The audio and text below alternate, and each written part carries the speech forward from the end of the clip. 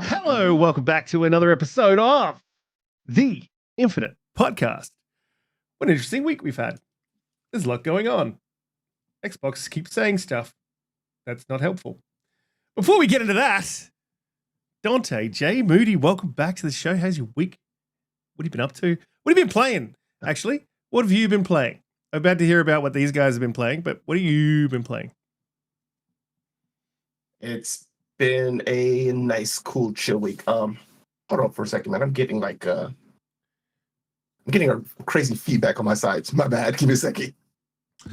Roger that. That's how we Fixed start. Fixed it. So I've been playing a bunch of Helldivers and a bunch of DD2. So it's pretty much everything that's in my life right now. Is just a bunch of RPGing. That's my life right now. Mm-hmm. Yeah, I've been checking that out on like everyone's posting stuff, but I just haven't had a chance to play it. But I'll tell you why, guys. Why in a minute. Umbra, what have you been up to? What have you been playing? I've also been playing a ton of Helldivers. I see my boy Charlie. Me and him got a few games in, and he's like the automatons of weight. F those automatons. Automatons. How the hell you say their name? They are far worse than the bugs, like by far. It feels like you dropped into like Vietnam or something over there, going into whatever they call it. What is it? What's the name of that planet? Malevolent. Yeah. It should be called it should be called that because it's nothing but chaos. Yeah, it's terrible. Like I dropped into one person's game by doing like the SOS thing that they send out. Yeah. And it felt like I was dropped into hell. Like I could not even move without a bomb or a grenade or rocket or something hitting me when I landed. It was ridiculous. Called down a support, was shot to death before I can get to it. It was like, it was ridiculous, man. But I did get that new cannon at the tryout and I got obliterated before I got a chance to even fire it. So yeah. Yeah. I got but that's been my week for that, bro. I actually see you pop up inside my list now. So next time you're on, we gotta get down. So it's funny you said that because I was going to mention that I had sent you that friend request about 2 weeks ago, and you never added me. Don't accept. Don't accept. It's too late. It's too late. Holly, you already did. It's too early to start with this, Holly. It's too early. We got over this. I'm so glad you called her out. I'm so glad you called her out on her toxicity. Holly, turn over a leaf, Charlie. The better Holly. We want the better Holly. Yes, thank you. Yeah, by the way, Blue is a particular fan of this game, so we should get a session going. All of us, you know what I mean? Mm-hmm. All of us should get a session. She's playing now. She's playing it now. Hey, she loves it. Holly loves this game. Holly loves that game. So I'm gonna stand behind Umbra, so when he runs away, I can also run away. Like because sometimes he just left holding the bag. I heard. No, he'll just shoot you in the back. A friendly fire problem there, Riskit. I heard you got an issue with murdering everyone. I have proof. Yes. Well, look, if you don't do your job, I'll shoot you. That's just if you run away. I was literally standing there.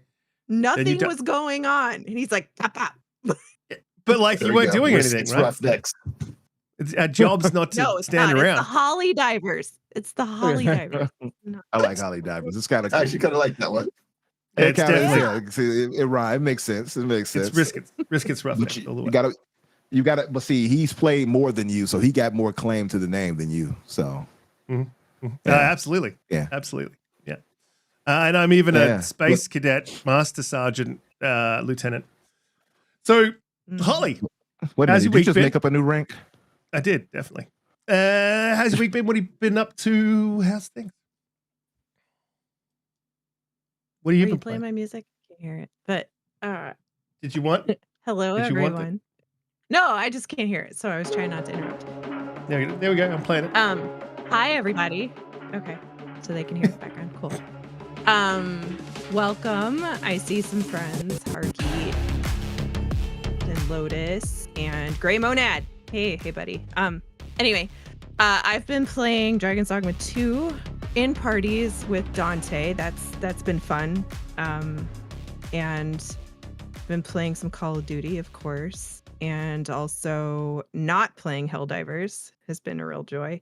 And I've been playing Outlast Trials. which is just it's so good. It's so good. And Umbra came and played Outlast Trials this week, and now he understands. So if anybody's thinking about that game, you should definitely get it. So good. But that's pretty much it. Working on the coins with Ben Kenobi. So be watching Twitter because there's gonna be a giveaway at Ben Kenobi's Twitter channel pretty soon. Man, he needs to start putting those coins on the market. Right? Yeah, it would be. I would like to do a poll. Maybe I'll do a poll on Twitter and ask people if they could buy them if they could.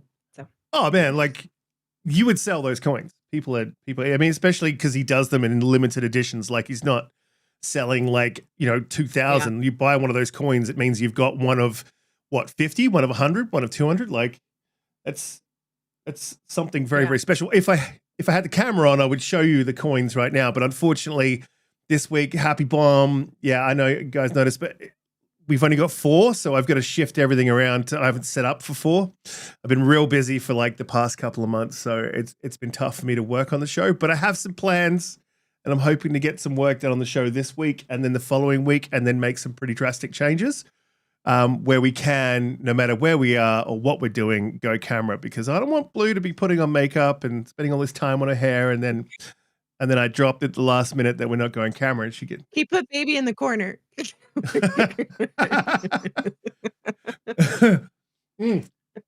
I don't want to put baby in the corner because no one's supposed to put baby in the corner. Swayze will come at me from the afterlife. What have I been doing? No one asked, but I'm going to tell you. I've been working. Obviously, as you guys know, my boy was getting over his tonsils still. So he's much, much better. He's still a little bit emotional. Gets that from his mom. But I've been playing Control, and I did not know how hard that game ties in with Alan Wake. And I don't know if you'd have played Excellent it. Game. Oh, it's crazy. Game. It's so good. I played it twice back to back now with the expansion and everything. I love that game. Yeah, I need to get in the expansion. I'm at the point of the expansion, so I've just finished the main, and then I want to jump into the expansion bit. But towards the end, you go to a section. I can't remember the name of it. Or the investigated section or something. And there's a lot of stuff about Alan Wake 2 in there. There's even a cut scene where you see part of the Alan Wake map. So he was fully intending to tie in 2 when he made 2. So it's really, really, really great game. I cannot recommend it enough. I started it 3 times. This is the 3rd. And I've managed, this time I was I'm going to commit to this game. So I did. And it was well worth it. Such a great game. And by the end, you really do feel like a god, right? Because you're floating around, throwing stuff, doing dropping out of the air and slamming people. It's some of the combat is just absolutely crazy wild. I didn't get a chance to capture any and put it on for the podcast this week, but I'll probably capture some this week, definitely, and stick it on for next week so that people can get an idea. Because a lot of people asked me online, one of the posts that I put up had a bit of legs on it, and I got a lot of questions about what game it was. So it sort of tells me that they didn't market this game properly, which is a bit of a problem. Maybe they're related to Xbox, I don't know. And so I guess we should jump into the top picks. Oh, Umbra, did you have some questions about memberships? Why don't we ask the audience what they think? Memberships. I need them now. No, I get a members only jacket. I want a members only jacket, Umbra. What to digital, do for them? Digital mute. Let me so I sing. Oh my God! To ask my crew. And he's muted. So wait till he still go. This is, I would say to the audience that it is crazy to have such unsupportive crew members and co-hosts, and it is astonishing how unsupported I feel here. Outside of Dante, Dante has supported me, but if you do something good, then I'll support something. If you do something worthwhile, and I'll so the question, the question I had was for my own channel is that I was wondering what would be good things to you guys in the chat since you're here to add to memberships, because I figure I would call those who subscribe to as a member on my channel the fixers. It just makes sense, right? The fixers. Yeah, I think it sounds good. So the members only jacket sounds good. I can only imagine how much that would cost to send out, though, Dante. But as far as things that you guys would say, hey, I would sign up as a member for that channel, what would be those types of things that you guys were like? I already thought of things like game nights and, giveaways. Those are obvious. What are other things that, will be worthwhile to add as far as a tiered list for membership? So if you guys could throw some thoughts in the chat, I would appreciate it. Absolutely. I mean, I suggested, midnight DMs of particular pitches. I think that would definitely be worthwhile and valuable to a specific type of audience. Anyway, maybe we should. Wait. Time out. What does that mean? What is a specific type of audience? What's that? Elaboration is required. People who like sliding. What do you mean by that? People who like Yeah, what do sliding you in mean their by that? in their DMs. I beg your pardon. I beg your pardon. Right. So look, See, I like that. I like that, K. See, K's, I like that. Top tier members get a song from Umbra once a month. He sings. Yeah, see? This is why I rely on K. He's a smart man. No one wants that.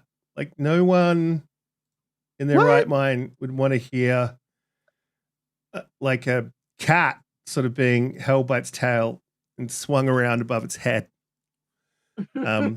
Clearly in distress. You laughing real hard over there, Holly. You agree with what's all that laughter about? I didn't hear a word from you until now. I'm only picturing Dante's little cat picture being swung by damn. its tail. It's nothing to do with you, I promise. That's Damn. it. Hold your cat close, Dante. Hold your cat close. Charlie, I like that idea too. I like Abdil's and Charlie's. He said Umbra sing your super chats. I agree with that. And Umbra sings the 80s. I love the 80s songs. So I'm with that. Yeah. Yeah. Yeah. Definitely. Have us a karaoke night. How about that? Cannot support it. One of the tiers would be karaoke night. Riskit will be there to sing with us too. Wow. Okay. Maybe not. And you'll be on the free tier. Should we on the free tier? You want to use that to I'll stop. You want to use that to bring people in, right? Not scare them off. What do you want to start on here? Because I've got the Steam Epic Store sort of off the bat, but I don't feel like that's the one that we're lathered up, ready to talk about. I feel like we could start on the DEI stuffs. Why don't you start on the digital leak so that we can smooth into that? You know what I mean? Yeah, it's just a digital leak. We want to do the digital leak? Yeah. Yeah. Mm-hmm. Yeah. So if you guys don't know in the chat, there was a leak, a white digital Xbox Series X. So listen, I'm going to quickly give my take on this, and then I'll jump to the panel. So there's a specific set of skill sets that I have, and one of them is recognizing when stuff is AI. Now, this one I'm not too sure about, I'm going to admit, but there's a couple of things that AI cannot do. One of the things that it cannot do is barcodes. And if you look really closely at the barcode on this thing, I don't know why Polygon put in the pictures like sideways. I don't know if you guys saw that in the link. It's like, thank you for making me crane my neck unnaturally. But the barcodes are a little bit off and a bit strange. And I sort of feel like you can put this together you could pull apart an old Series X and put this together like no sweat, right? And make it look, pretty legit. The ports on the back are no different. And the other thing that's sort of a little bit strange is the ports on the front are no different. And we're living in an age where we're not using USB 3 these days. We're using USB-C.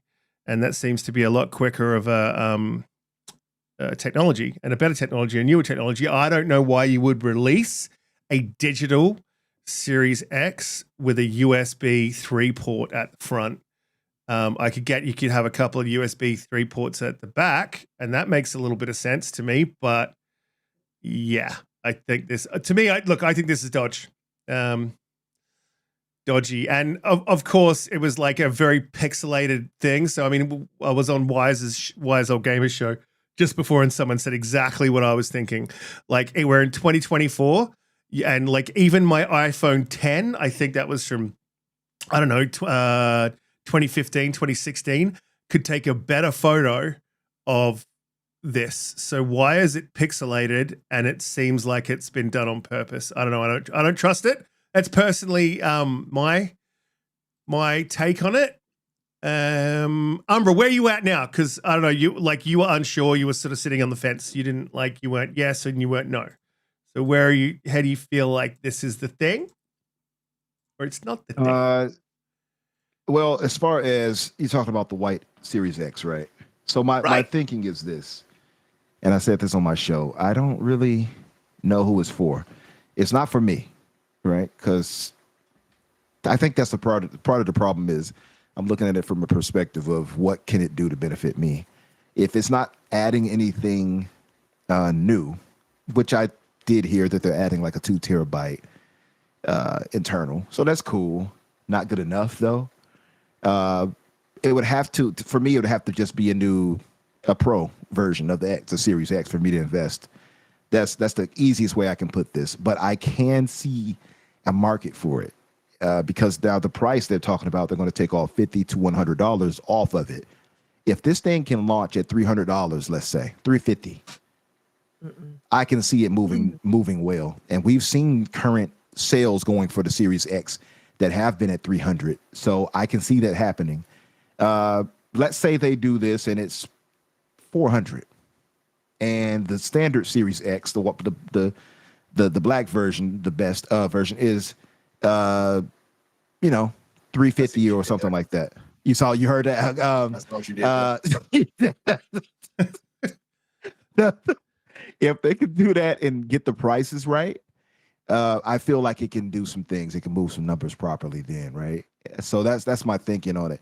And there's one other, as Riskit likes to throw out, caveat. If they had the new controller that they were talking about, if that actually launches with it, well, I wouldn't want the console for it, but obviously I would want that controller, right? So there is something to be excited about if you're just moving into the ecosystem and you're saying, hey, this is a new entry point, $350 for this console, high-end specs, got Game Pass, you got a new controller with the haptics and all the other good stuff with it that they're talking about with the new next level for the controllers.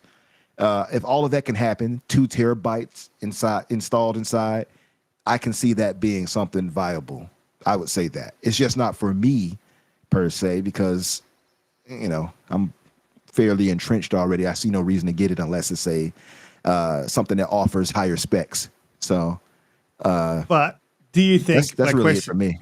My question to you is: do you think that this leak is real? The white Series X rather? Yeah, I think it's real. Yeah, definitely. I just still don't. I don't think that's real. I mean, I believe they're doing a digital, but I don't think this is it. I don't think this is what we'll see. I feel like, well, I'll put it like this: if it's not real, it won't be any sweat off anybody's back, right? But absolutely. That's the way I look at it too. I feel like I don't know who would go through all of that trouble. Like, oh look, it's a white Series X, no, digital. Look, like I just don't see anybody going through all that length. Because what excitement does this really create if you do it? It's not like it's saying it's a pro version or the next gen console. It's just a white digital Series X. I don't see anybody going through that much extreme trouble to lie to somebody. You know what I mean? Well, now I will say that the picture quality of that they had, I don't know what potato they used, but they need to get and move to 2024. I say this having a phone that doesn't pick up messages or get images sometimes, but still, I'm just saying, like, I don't phone, bro. Frequently. I have a I have a Galaxy S21 Ultra, and this thing is acting up. I don't know what's going on. I'm gonna have to talk to T-Mobile, but still, you know, that aside, I just don't know. Like again, I don't see why they would go through that much trouble to lie. Because So I believe it's legit. People do weird shit out. I mean, you see weird shit all the time on.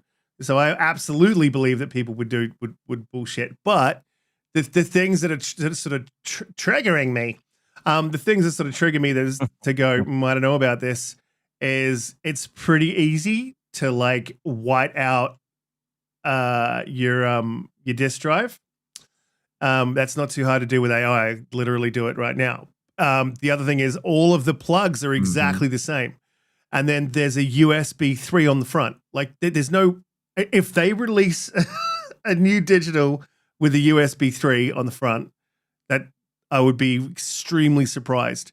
Like the barcode on the back looks all messed up as well, but like it's where we were USB-C. Everyone's going USB-C. Like it's very rare you get a piece of technology coming out these days that's utilizing anything other than USB-C, because that's the way things are headed. So if you want to future-proof something, which is what your refreshes are supposed to do, to me, I'm just like, yeah, I don't think this is real. It doesn't matter if it is or it isn't. Like in fairness, you're absolutely right. Like it's no skin off anyone's teeth.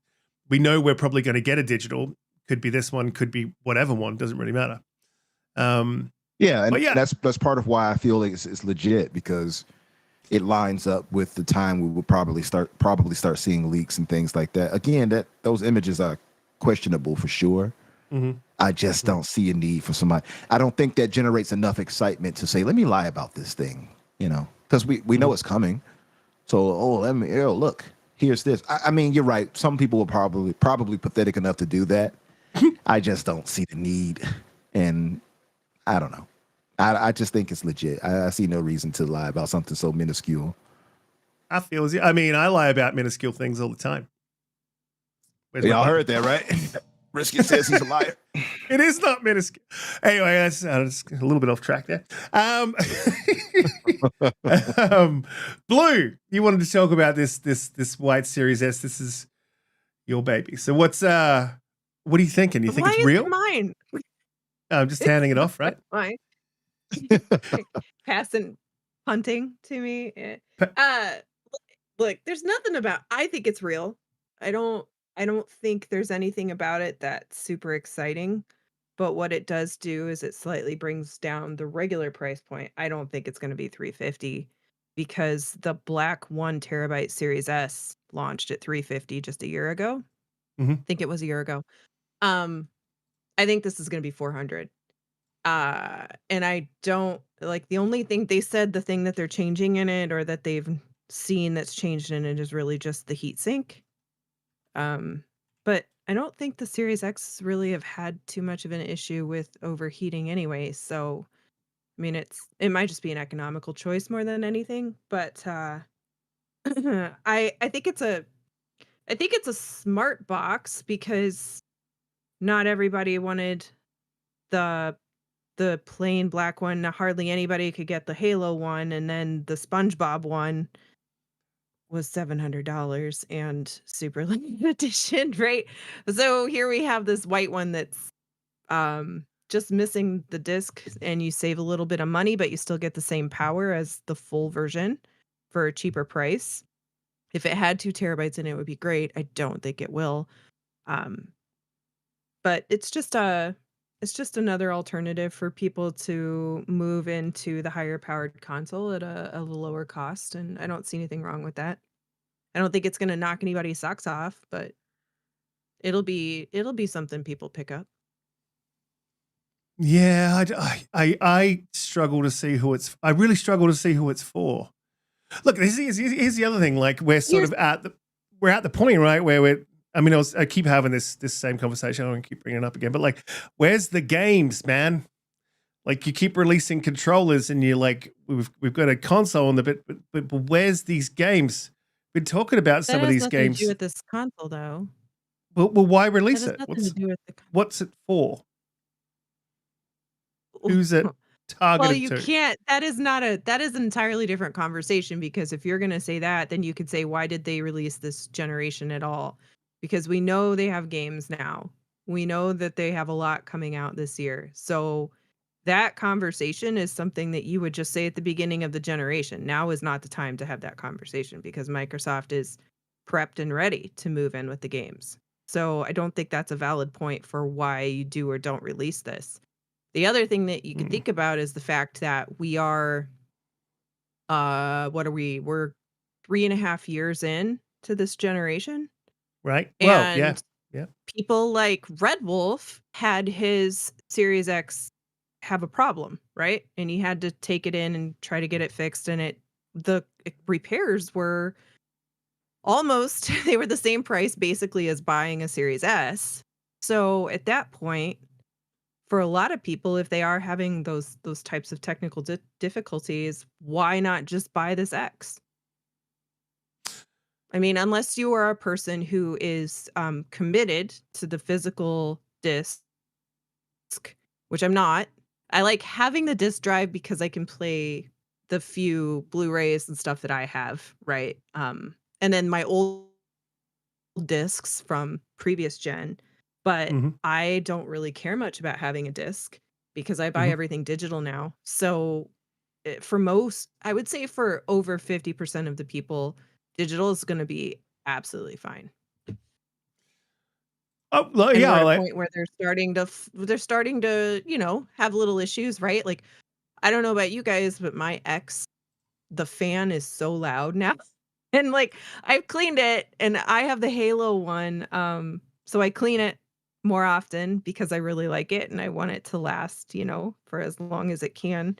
But I mean, it's just what happens. If you use your console a lot, it's going to start to deteriorate, and then you say, what are my options? And I think this is a great thing to just slot in there.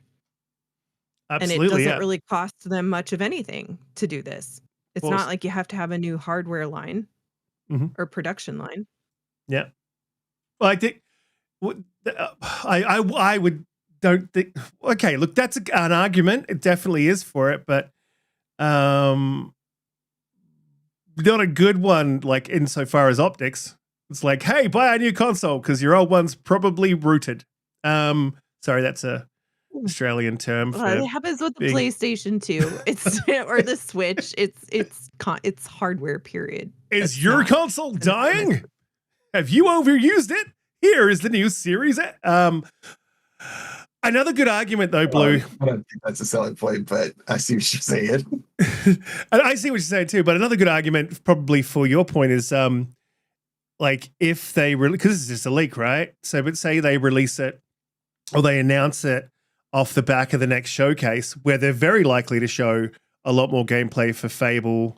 We will have already had Hellblade 2. We will have already had Avowed or be close to Avowed. I can't remember the release date for Avowed if they have one. And then we'll get announcements for new games coming, I imagine. We'll probably see a little bit of more Clockwork Revolution as well. At that point, then I could see like the point of releasing a white Series S. X. We've already got a white Series S. That was the start of the generation. Speaking of degeneration, my brain. Dante, what do you think? Do you think that who's this for? Do you think it's worth it? Do you think it's real? Yeah, I think it's real. If it was a rumor post on Twitter from Xbox Sucks 420 or Super Pony 9000, I could basically understand feeling a little skeptical about it. But for Tom Demley putting it on there as leaked images, to me, I feel like they have an idea that they believe that this thing kind of exists. So I think it's real. Who's it for? It's probably for anyone who probably still hasn't upgraded, to be quite honest, or somebody who's completely cool for all digital. It's not for me because even though all my games are digital, I hardly own any games that are disc at this point in time. I still like to purchase Blu-ray discs. So having the Blu-ray drive is still kind of crucial for me. So for me, it's not for me, but it could be for somebody who is maybe, if you're on the Series S and you're thinking about upgrading because you want something that's a little bit more powerful, or if you're still using the last gen, right, the One X or something like that. and you're finally saying, okay, I'm going to make the jump, then it could be for you if the price point is right. But I think I'm kind of with I think it's still going to be around $400, man. I don't know if they're going to, like, if it's a 2 terabyte machine, I don't know if they're going to be able to get this thing at 350 or, I mean, it's possible, but I still think that they don't want to lose too much on it, and they're probably going to still want to put it at $399. So I don't know if there's but here's the bigger thing that I care about, to be quite honest. If it is true what we've heard about Sony releasing a pro version of their console, I don't care about this at all.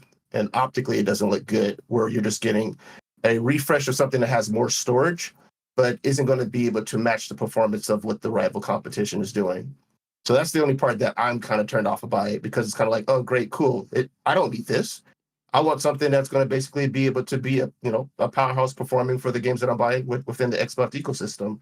So I don't care about this if Sony's coming up with something that's going to be, if it performs better, it's probably not going to do like, gangbusters in terms of like 60 frames on something like GTA, etc. But I don't want Xbox to kind of lose the power narrative. That's something that I've always kind of enjoyed, and why I've been continuously purchasing the product. Yeah, I own a PC, and I don't know if I really care about power, just play on PC, but I'm a console player, man. I like what I like, and that is what it is, right? I play PC sometimes, but I like playing on console. That's just the way it is. So, yeah, I mean, there'll probably be somebody out there who's going to be interested in this. It's just not making me excited for it, especially if we don't get, if there's no difference in terms of the power differential. If it's just pretty much all digital with more storage, then that doesn't do anything for me. Yeah. I'm actually 110% with you on that. It doesn't do anything for me as a hardcore Xbox player. Maybe it's not for us. I get that. It's when you announce it and how you bring it to market, I guess, is the thing. But yeah, I would like to see. It sort of feels like a consolation prize, right? If the PS5 Pro does come out and it does have somewhat of a power narrative. I don't think it's going to. I think it's going to be effective in some circumstances with some games. I don't think it's going to be effective in every circumstance with every game. Like, maybe it's, say, what was it? Slightly CPU limited. Say for Spoken. I know it's a bad example, but that was slightly limited. And I think that maybe having the PS5 Pro might have tidied that up. You've got an extra 10% in the CPU.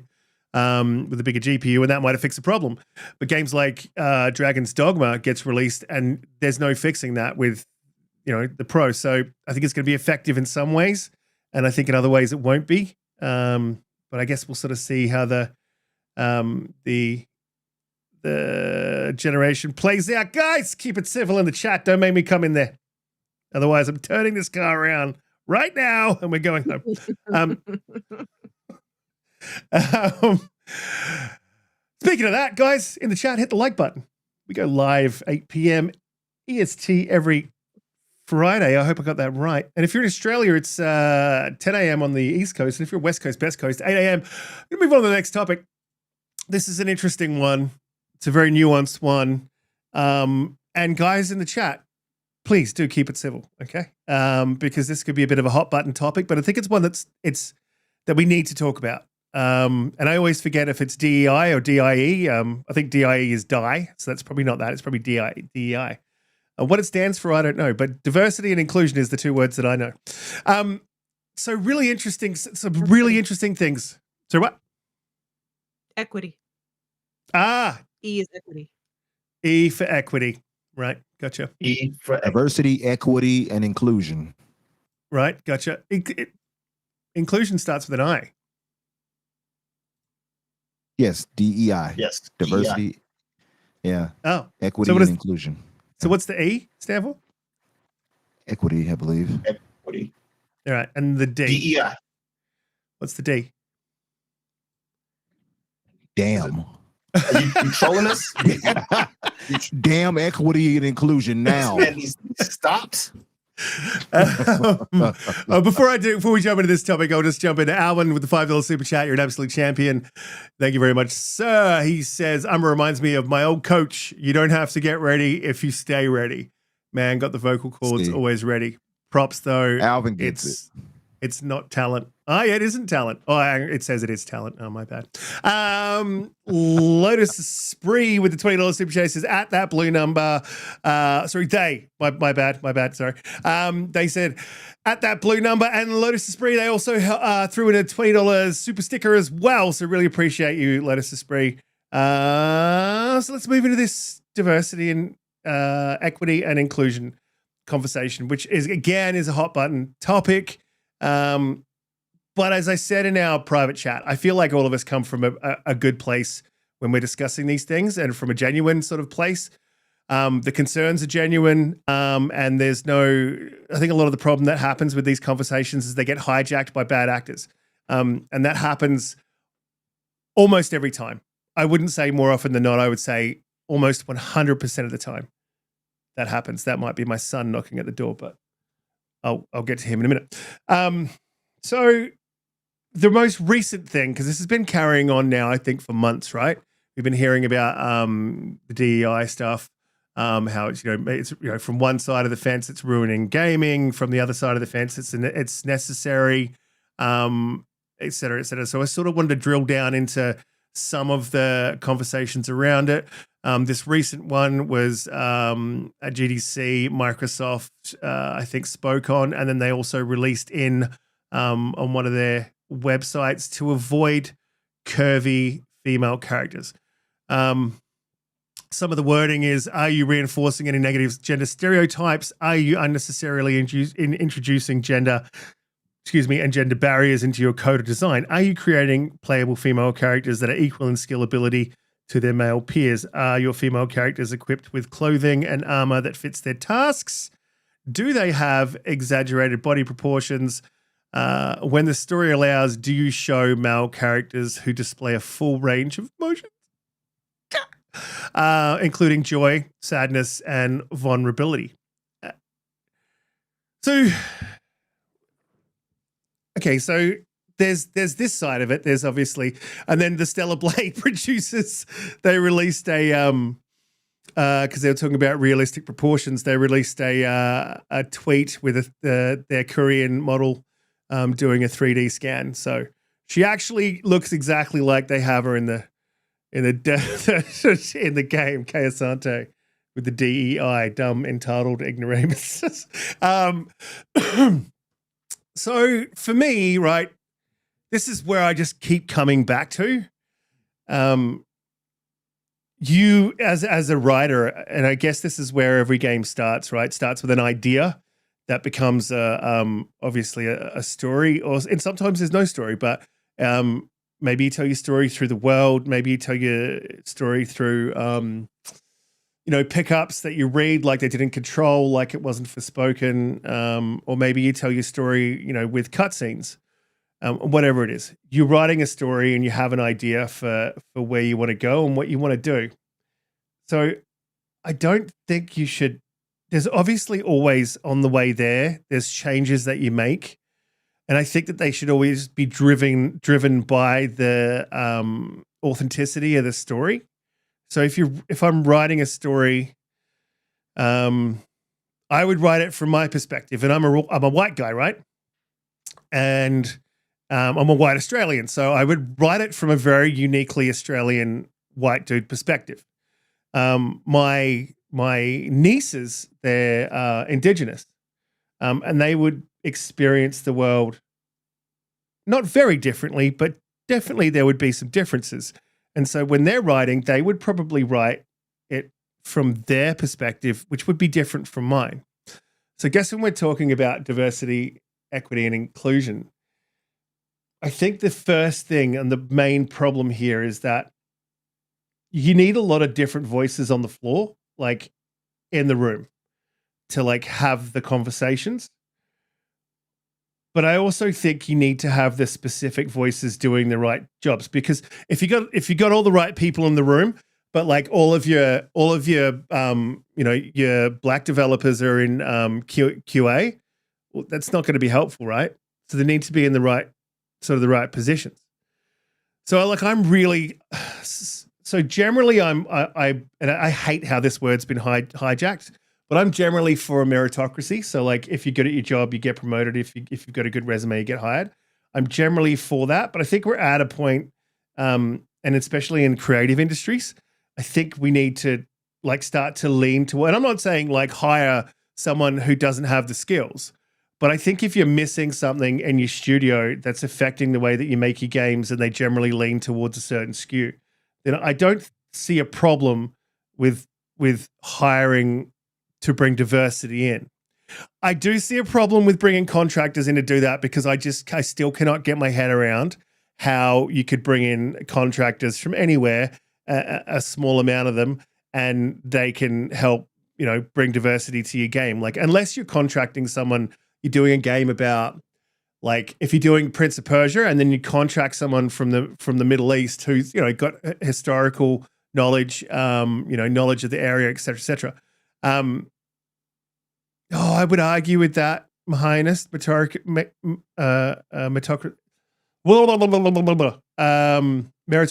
is a genuine concept. I think it's been hijacked. So the truest form of the thing is like, basically hiring people who have the skills and promoting people who have the skills. And it happens often. You see people fail up because they can't do their job. They get promoted into another job that doesn't require them to do the job underneath them. And I'm against that as well. So there's lots of, and that just happens sort of organically in industry, but not getting off track here. You hire someone from the Middle East who has that historical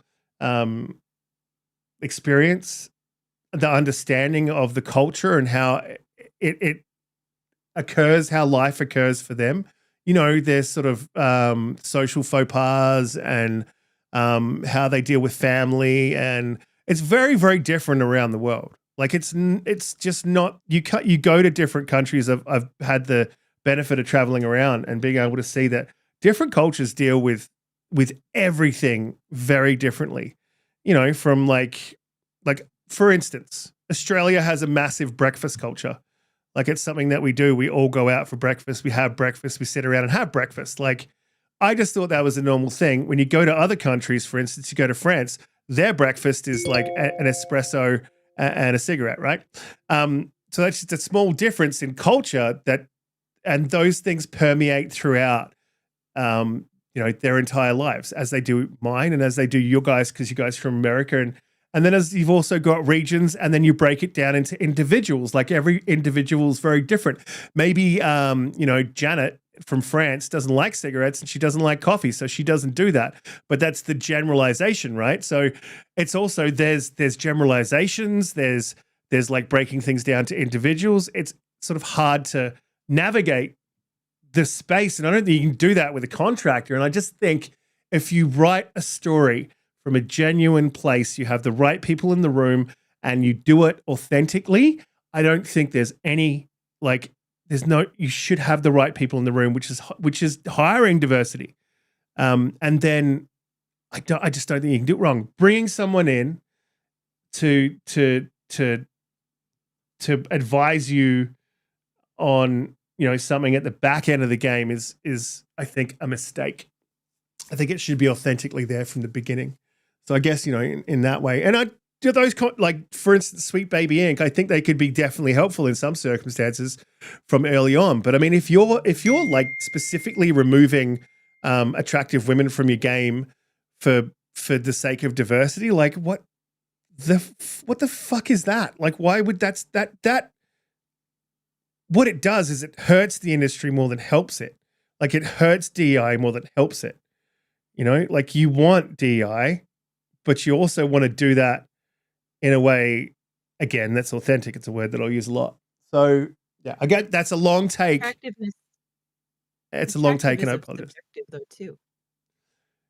Well, that's exactly right? So I mean, I guess Blue, when you hire, if I hired you, I would hire you for the way you look, the way that you talk, the way that in regards to a video game, the way that you act, your voice. So everything that makes you is why you would be there. And when I brought you into my game digitally, I would do the best I could to recreate you digitally in that game without changing anything. right? Yeah, So but what if the person's not even based on the character model? Like in terms of like, like the character model is a drawing, right? The Gotcha. talent, the voice actor, the talent is a whole different thing. They don't have to Yeah. necessarily reflect what the character model is. So the artist who comes up with the character model, they're the ones who make this determination on if they're trying to sell this, curvy, voluptuous, really hot girl, or someone who just looks like an everyday average person, right? So I don't know for that particular perspective if that has much bearing. I think that's just more trying to show. I think it's just trying to show more people that like, hey, every video game character, if it's a female, doesn't have to fit a certain mold.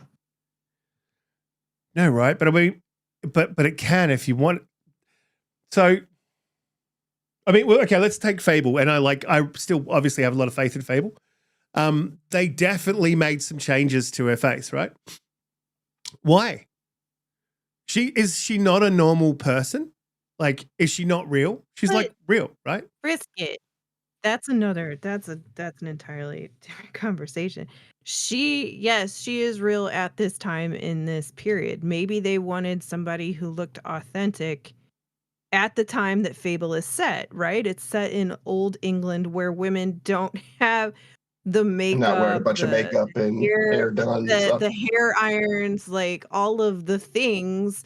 And they worked outside all day, all the time, right? So of course you have freckles because you get that from the sun.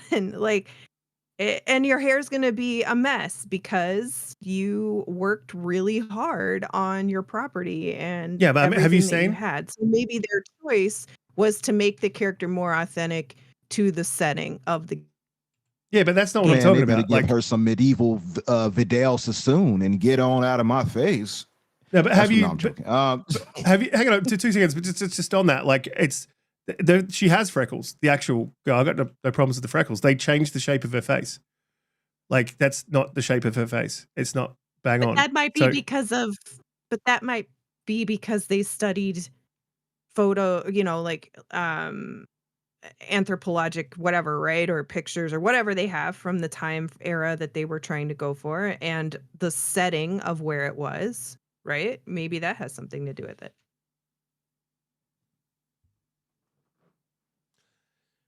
I don't understand why you would do that. quiet. Yeah, I don't understand why you would do that though, because you have a facial model. So what they've done is they've sort of bulbous her nose a little bit, and they've sort of rounded her chin slightly, which is not massive changes, but and it does make her look a little bit more plain Jane. But why would you do that? I think Well, why not? Why does it bother Yeah, you? but yeah, exactly. Why does it? But why? That's my question. Is well, why not? Like, Well, because the it makes idea it is look less. I care about how the So it makes it- character is, right? In terms of like if the character is going to have a cool story, if I'm going to like the voice acting of the person playing the role, like why does it matter too much to me of how attractive she is compared to the actual actress? Because I don't anticipate that every game dev is saying we're hiring a hot girl to play that role.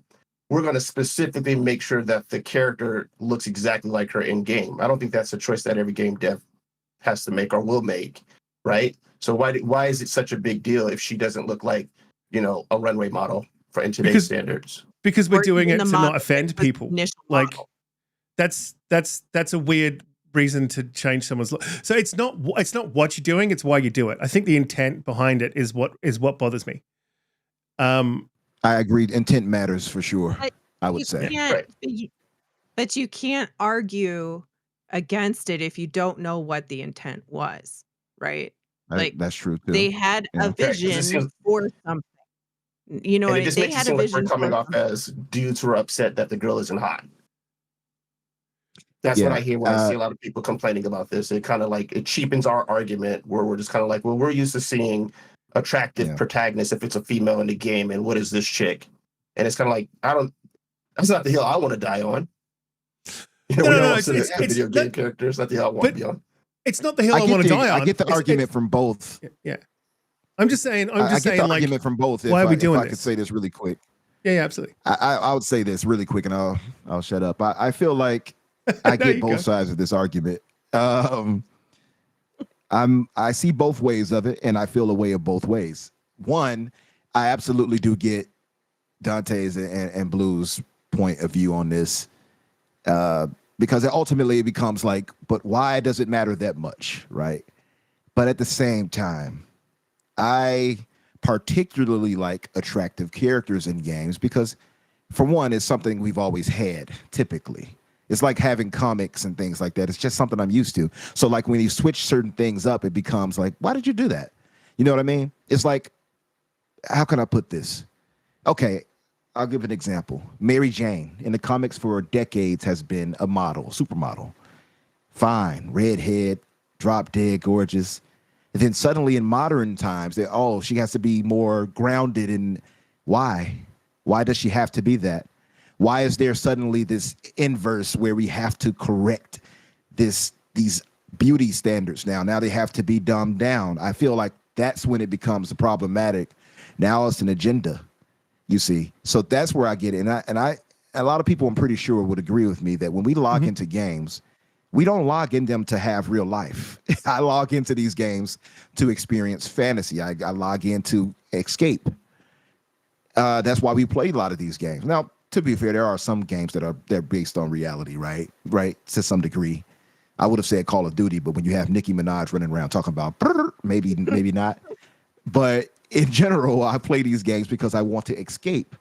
And part of that escapism is me having handsome and beautiful protagonists and antagonists. You never hear anybody arguing against Sephiroth. Man, those luxurious white hair of his, they need to cut that. Give him the Dante, give him the special, the black hair special that we're getting nowadays in white hair. Just give him the Killmonger hair in white. How about that for Sephiroth? We need to change him up. It's like, so I feel like I get the point. And at the point though, on the other side of that, it becomes like the argument was games are art.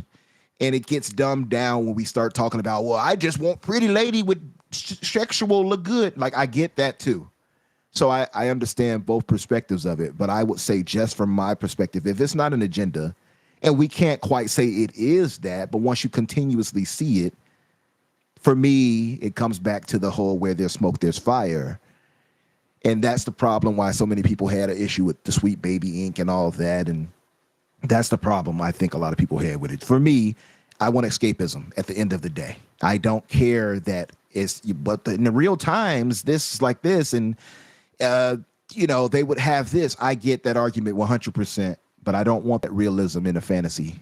I want to have beautiful characters. Does that make sense? Is that fair to say?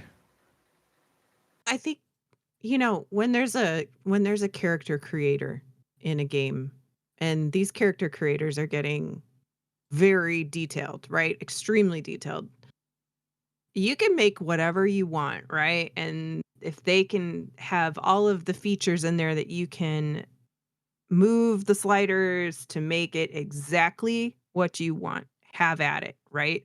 But when you're talking about single player games where it's just usually here's two characters, pick which one you want to play, or there isn't even an option. It's a single player game, and it's usually narrative driven. And we all know that narrative driven is based on, there's reasons why certain things are the way they are. And part of that is the character, right? Maybe the story has something to do with their looks or their height or their weight or whatever it is, right? So I just think that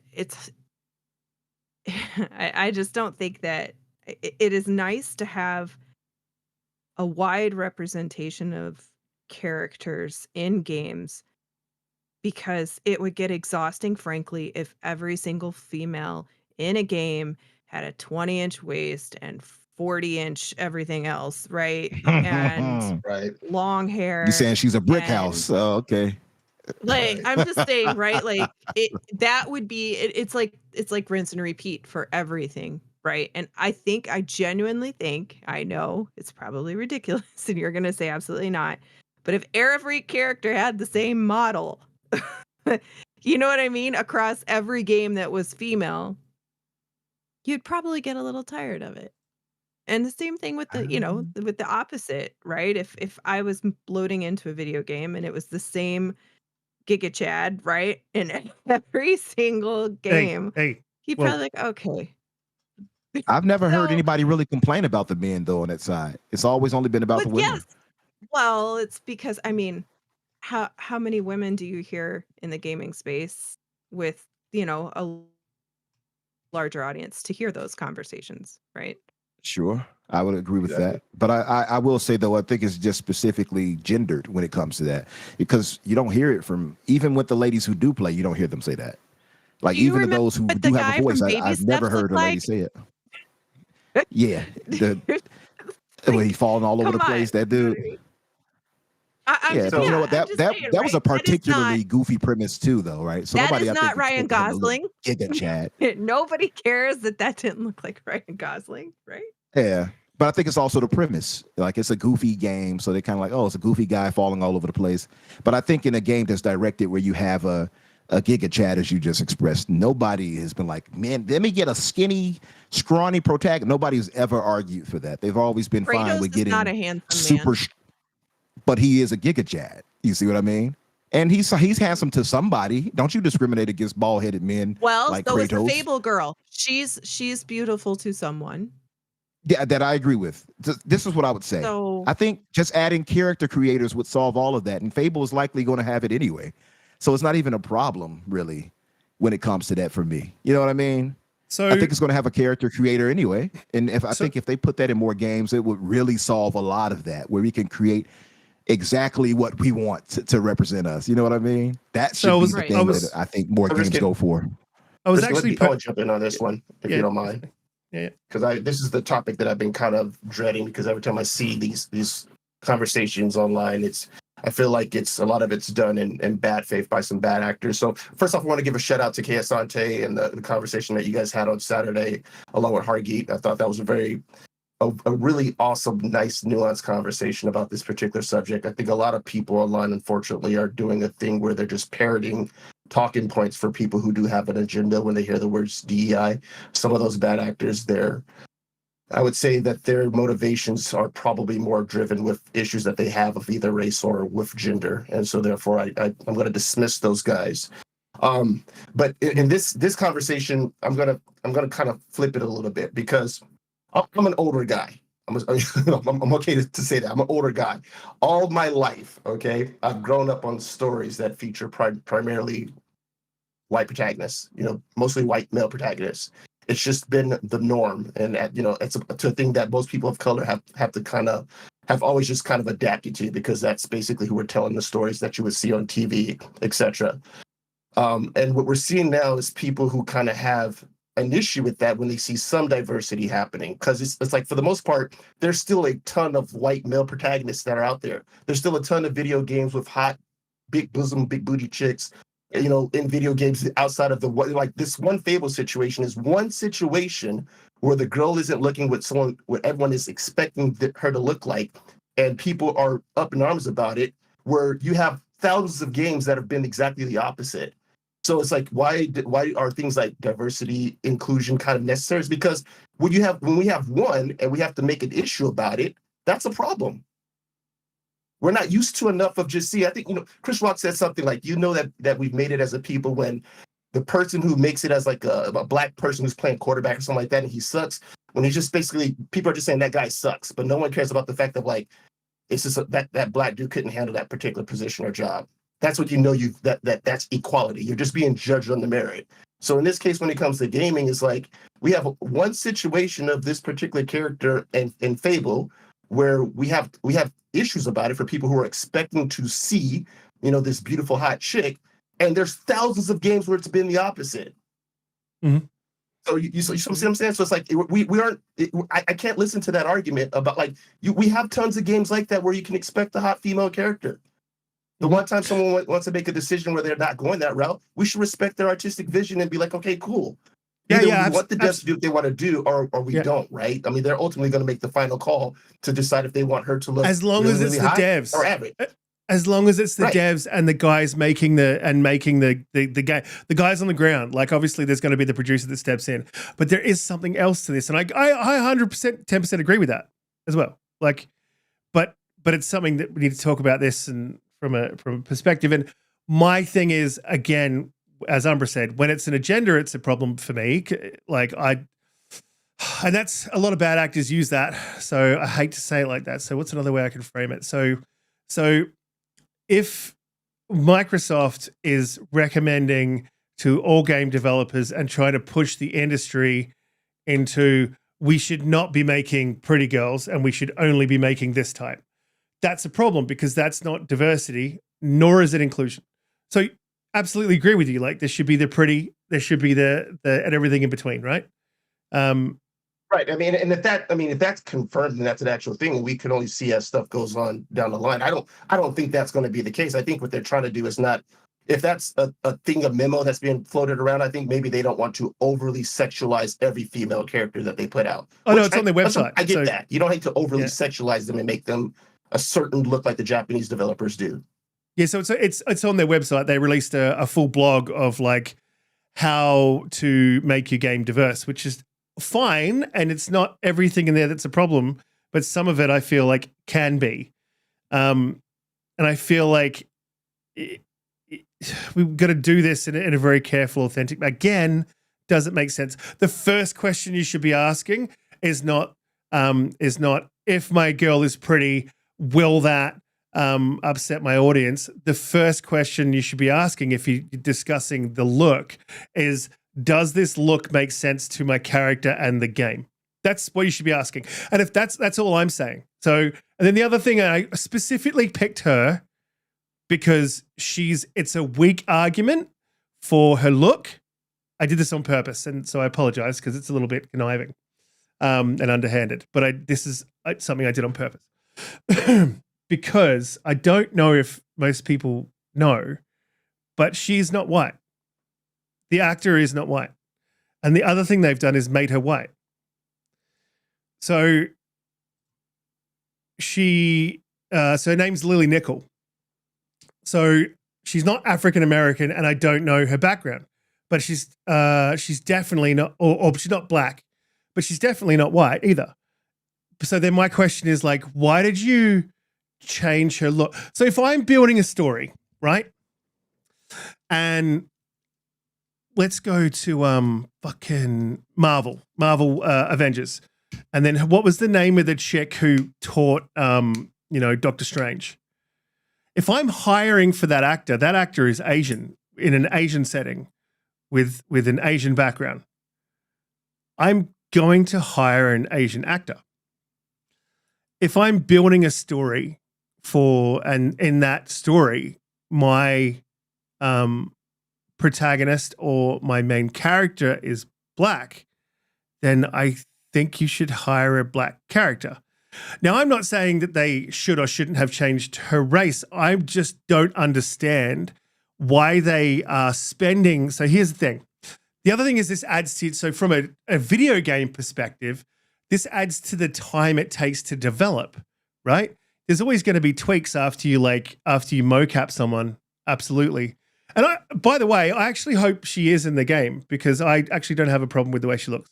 So when it comes to Fable, and I didn't even initially, and you guys were there. Like the first thing that we talked about had fuck all to do with how she looked, right? I don't think we even discussed that while we were at FanFest. We were just hyped because that trailer looked like the shit. And then I think it was later in the day people started posting this bullshit online. And I'm also playing a little bit of devil's advocate here, and you guys can jump on me if you feel you want to. But you've taken the time and effort to mocap someone, but then you take the further effort and they take the further effort to change what you've mocapped. Like, why would you do that? Because you've got to. I'll go back to the MJ. Back to the MJ thing. This is part of what I'm saying here. This is part of what I'm saying here with the MJ thing. I brought that up before. People can say what they want. MJ in the comics, and I'm a stickler for giving. They've long experienced. Mary Jane has always been portrayed as a supermodel Why are you forcing a change upon her to make her look less than that? So if you're making a new character like they did in Fable, I have zero issue with how she looks. By the way, I've never complained about that. Much like you pointed out, Riskit, it's always been about the visuals. It's been about what we can experience, typically what we get from Fable games. I have no issue with that character there. You have her here clearly on the UI. I've never even thought about it. I thought she was perfectly fine, honestly. But I can see some of the complaints of people trying to say, oh, they did this. Okay, whatever. But that's never bothered me. But I think when you take characters that are established and then you try to force that change on them, then it starts to become clear that there is some type of agenda to try to make let's make them normal. Like, everybody I just kind of feel like it's unnecessary. I think, and to Kay, you put there's room for both. That's absolutely agreed. I'm not arguing for it. Just give me beautiful all the time. I'm saying, though, that there should not be some type of campaign to remove pretty or sexualized ladies. You can have both. You give us that. You give us something that's not sexualized. You can have you have sexualized men all the time. You can give us less attractive men too. I don't think I'm some supermodel. Put me in a game. Matter of fact, hire me somebody for my voice. Anyway, no, but seriously, I just think there's room for all of it, but I don't think there needs to be some campaign to stop having attractive characters. That seems to be the thing nowadays. I hear what you're saying, Umbra, and I like you got a valid point in terms of what people are used to a degree. But the same argument can be flipped against us, right?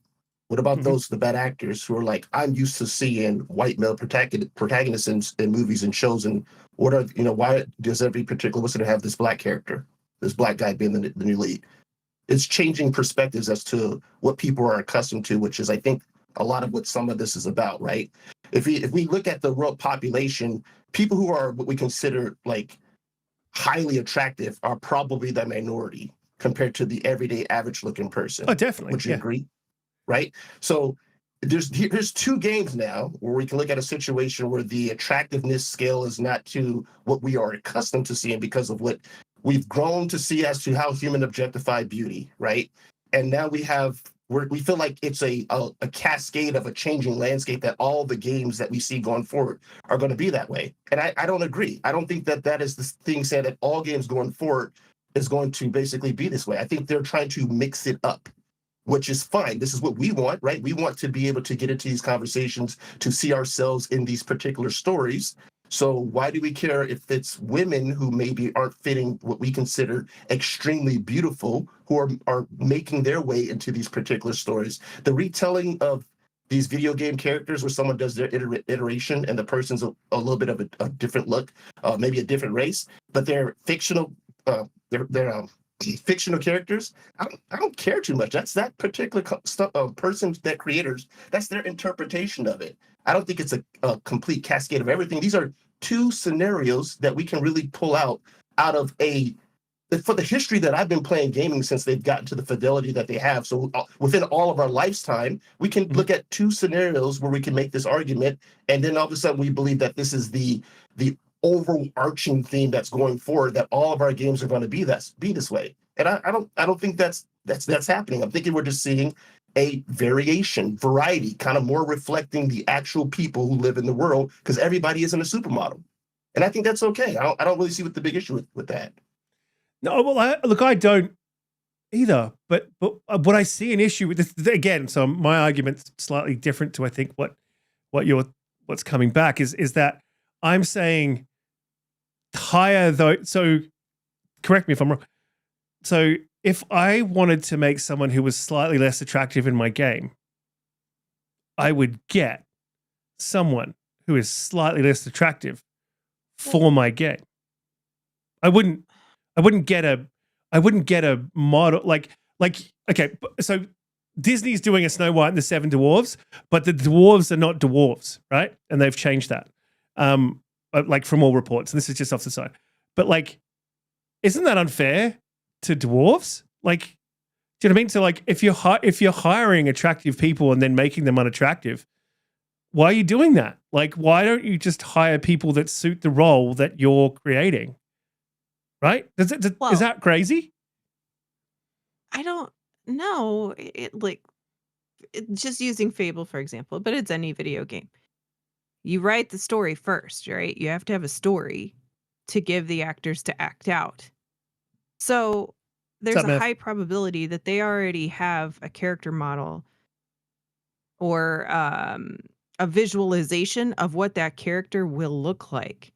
You don't go out and try to find somebody who looks exactly like that. You go and you try to find the best actor who can mocap for that period.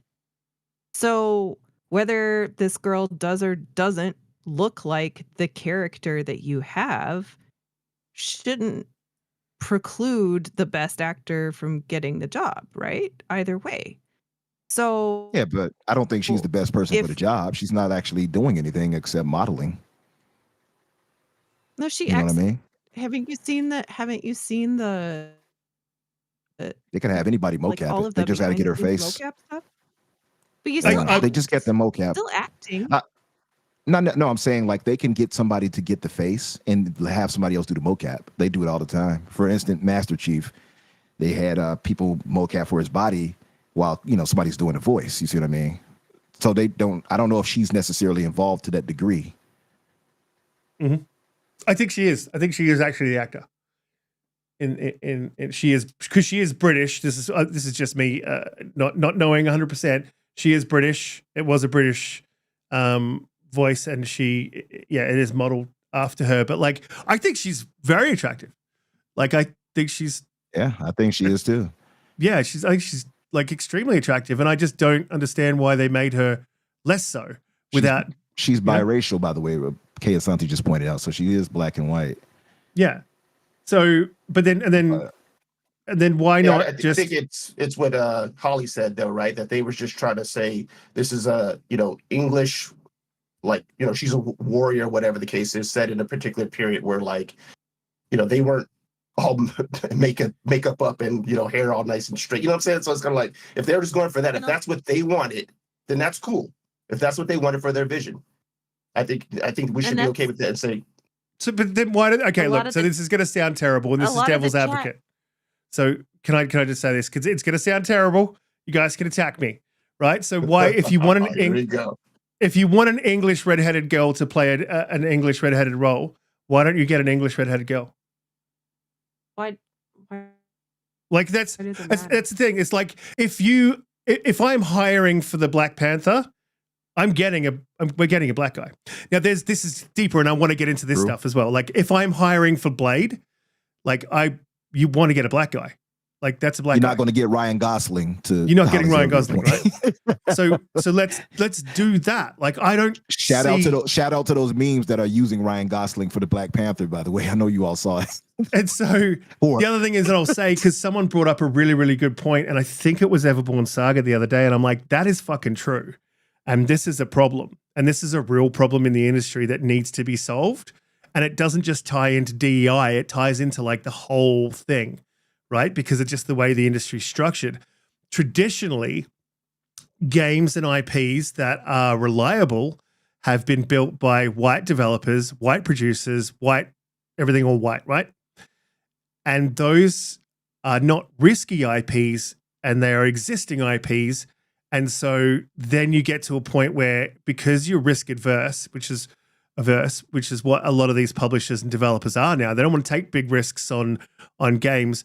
You're not going to get, whether it be white or black or whatever, you're not getting a whole lot of AAA new IPs. And I think Everborn's concern was like, you're sort of relegating us to diversity to AA in indie, which I would also argue I don't think is inherently a massive issue in the future, but I think it's a massive issue now, because those indies and double A's may end up being the next triple A's and whatever like that, and they may be going forward. I think we have the problem now, and I think the things that are being done to solve it are things that need to be done. I 100% agree with you, Dante. That like definitely things need to be done, but I think sometimes developers and producers and whatever and large corporations are misstepping in the way that they do it, right? So like, well, they're trying to figure it out to a degree, and of course it's not going to be perfect. It's corporate heads who don't quite understand how different cultures work to a degree, right? Oh, white So like, guys. let's take in the case of SBI that comes out. Like, if a studio is like, hey, we don't really got a bunch of diverse people so that we can, who works for the studio, who can make the game that we want to make. So therefore, we're going to hire a consulting firm to come in and kind of give us some ideas because we want to make something with a character that's different from the norm, right? Then to me, that's okay, because it's kind of like you're saying, hey, I know I don't know enough about a subject, and I want to try to bring in someone who maybe has more knowledge about it, so that way I can write a little bit of a different story and show a different take than just the stereotypical norm. Now, Kiyosaki said something in the Yeah, I want to respond to that. I'll catch you guys out on Saturday about how a lot of times when people are doing that, they may not be properly even using people who quite are from that particular background. And I agree, there's a problem with that. If you're bringing in a group that is supposed to be representing, like you mentioned earlier for Black Panther, right? Well, the person playing the lead for that is an American Black man, not someone from Africa who actually has the correct accent to properly play that role, right? It's just a Black American dude who's playing the role, who's doing the accent, right? At the end game is like, well, if the talent is good, we're okay with it as the consumer, but we don't really know that maybe the people who are from the particular region are looking at it going, that's okay, that accent's all right, but that's not really how we sound, things of that particular nature. I mean, I get a big problem with that because I'm Australian. I get that point. Yeah. So I get where you're coming from, and like I'm not discrediting you at all, but I think that when these particular groups come in to a degree to help out some of these studios to write these stories and include other races and nationalities, etc., like there are a bunch of Black people who are probably not even thinking about the idea that they could be a developer or writing stories for video games. But if you start seeing yourself, and I won't just say Black people, just be Black, Latino, you name it, women, it doesn't matter, from whatever particular minority group. And if you start seeing yourselves in some stories, maybe then that will then trigger some next young kid to say, hey, you know what, I want to get involved in that. I want to start to write those type of games. And then you are actually on the floor, part of the actual development team working for the studio, as opposed to a consulting firm. So your viewpoint is a little bit more authentic. But you don't get there unless these companies at least try to have outreach. Yeah, right? great. You got to try to have outreach to bring in stories that are different from the norm, that can entice people who are not from that background to say, hey, that's me. I can see myself in that person in this game or on that particular big screen. And that's where I feel like this conversation gets lost, because it just becomes a situation about like, is this a diversity hire? This is an agenda diversity hire. It's like, no, you only care because you probably feel like people who are like making that argument, they feel because they're looking at a few scenarios where they're saying, I'm not being represented. I'm used to always being represented, and I'm not being represented. But you've always been represented for the dawn of media. It's, what I'm saying? Like me, I'm seeing myself finally represented. But for 40 plus years, I hadn't seen myself represented. So why am I tripping for 1 second because someone who's gay is being represented, or a woman's being represented, a woman who's not super attractive is being represented? Like, have your moment, have your shine. More people should do that. That's how I feel, because it's been so long of not seeing it. We've set the standard where we say, this is how people should look. This is how beauty needs to be. This is what needs to be in a video game. And therefore, everyone just goes along with it because we've been conditioned to do that. And we're perpetrating that by making the argument for it, as opposed to saying, you know what? There should be a mix of stories, some with really, really hot women chicks, or really hot women, some with regular average, depending on what you're, however you want to label that. I think that's subjective. Black, white, Latino, you name it, right? Hang on. Did you say women chicks? Yeah, don't ask me. Fumbling over words here. So let's edit that out the tape. No, take that out the tape. But you know what I'm saying. But attractive women, maybe not the most attractive women based upon what we consider the high level of super attractiveness is, but like a diverse group. And when we see enough of it, and there are all these diverse stories being told, then you as the consumer can basically just have a choice to pick what you want to kind of get lost in for your escapism. But I think you're complaining too early for a few stories that are showing diverse people. Yeah, and I think it's a result, though, of also doing that sort of stuff.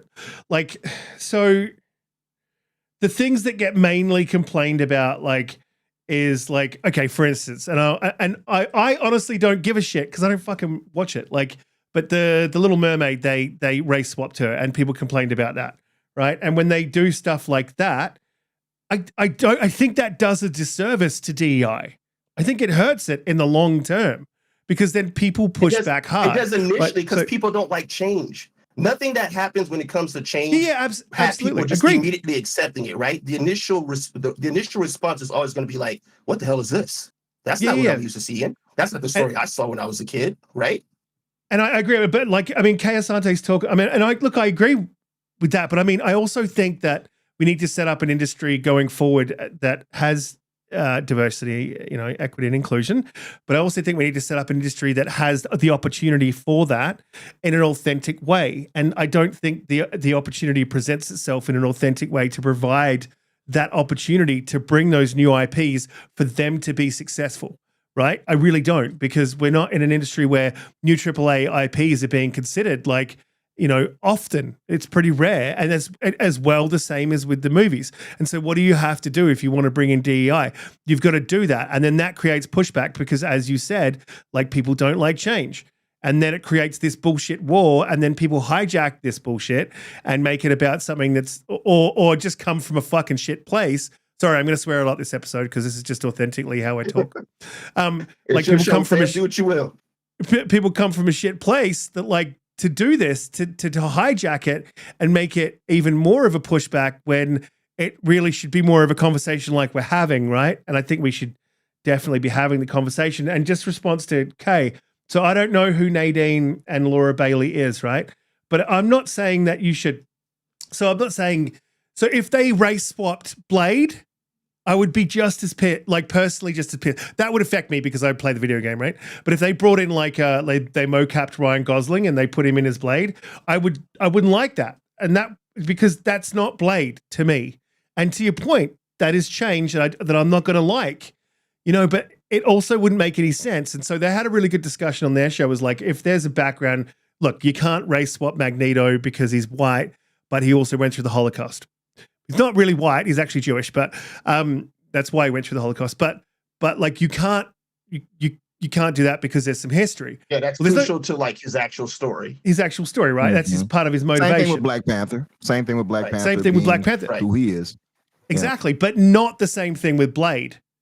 But I also don't want Blade to be swapped for a white guy, because Blade is a black guy to me. Like, and he's always been a black guy, and I don't want him to be a white guy. 100% agreed. I'm sorry to cut in. And sometimes I see people like, well, it doesn't matter, you can swap. No. And this is probably where it sounds problematic for some when I say this, but I'm a longtime comic fan, for one. So it's kind of tough for me to get out of this. I don't know if I'm too Neanderthalish with this thought, but the fact is when I've grown up with these characters, the Spider-Mans, the Blades, the Supermans and all of that, I'm not saying that you can't have a black Superman, because Superman being white is not really a thing. He's from Krypton, you know what I mean? But so his is less so. I don't want to even say Superman, but I say it only because of who we know him to look like, what we know him to look like, rather, not necessarily also who he is. So I kind of want that representation. I don't want you to give me some blue character and say that's Superman. I want Superman with the the little spit curl and all that. I want who I've come to be accustomed to. So that's where it is for me. It's not even anything else. So, but if you go to characters like a Black Panther, or like you mentioned, yeah, sure, that character being black is intrinsic to his character. You cannot just change that and be like, oh, here you go, right? But if you, for instance, like you said with Blade, you could do that, but I still would rather have the Blade we know. I want jet black, always bet on black Wesley Snipes Blade. You see what I'm saying? Great. That's really what it comes down to. I don't want you changing something that I've grown to love and accept as the standard of what that character is. So that has no rooting in anything else other than preference of what I've become accustomed to. Yeah, I guess. You know what I mean? And it has nothing else to do with anything else. And I think that's how some others see it that same way. And I think that kind of ties into us wanting the characters to look a certain way, because it's just something we've become accustomed to. Mm-hmm. I mean, like, what do you think, Dante? Like on that, because that was the first thing that sort of popped into my head on that conversation, right? Yeah. Sorry. So kind of rephrase it. I apologize, man. So are we talking about like the idea of So like you can't change them because they have a background that feeds into their motivation for the character who they are. But anyone who doesn't have that then is open to race swap. And I totally disagree with that. Like, I don't think that's a metric you should be looking at. Like, yeah, like I personally don't like. I'm not looking for someone to say, hey, here's my take on Superman and make Clark Kent, Dante Kent. You know what I'm saying? Like, I don't think that needs to happen. So, for the most part, when it comes to fictional characters, that it's not something inherent about their background. So like you mentioned before with Magneto, he's Jewish. So therefore that's really inherent to who he is as a person and his motivations. Black Panther, obviously being from Wakanda, from an area that has been closed off to basically the rest of the world. Of course, it's going to be someone who is going to be of African descent. It doesn't make sense. I don't want to see someone try to say, well, hey, we're going to switch this one up. And how about we're going to give you this version of it. And it's not that particular race.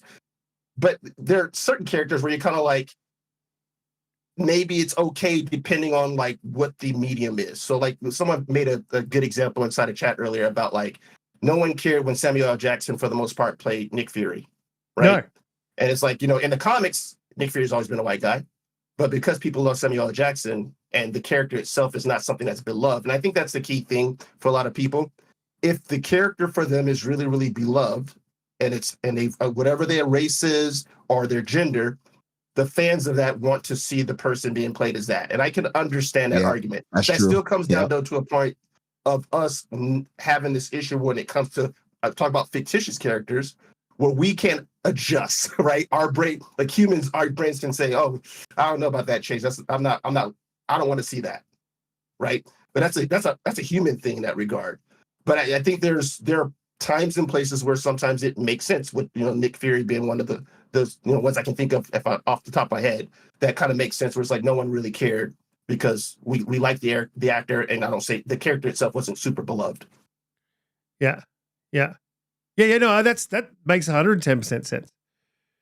But that's a good way to frame it. Yeah. I mean, I have little to zero pushback on that at all. Like that's 110%. And Nick Fury did make sense. Samuel made sense. Nick Fury made sense. And the reason, just to give a slight pushback to Dante, I do agree with everything you said, though. You're absolutely spot on. Nick Fury, as I have to say in the chat, he's also got less pushback because in the Ultimate Comics, they literally made him Samuel L. Jackson decades before we saw him. They eventually changed it. Oh, okay. Yeah, I didn't know that. So thank you for educating me. Yep.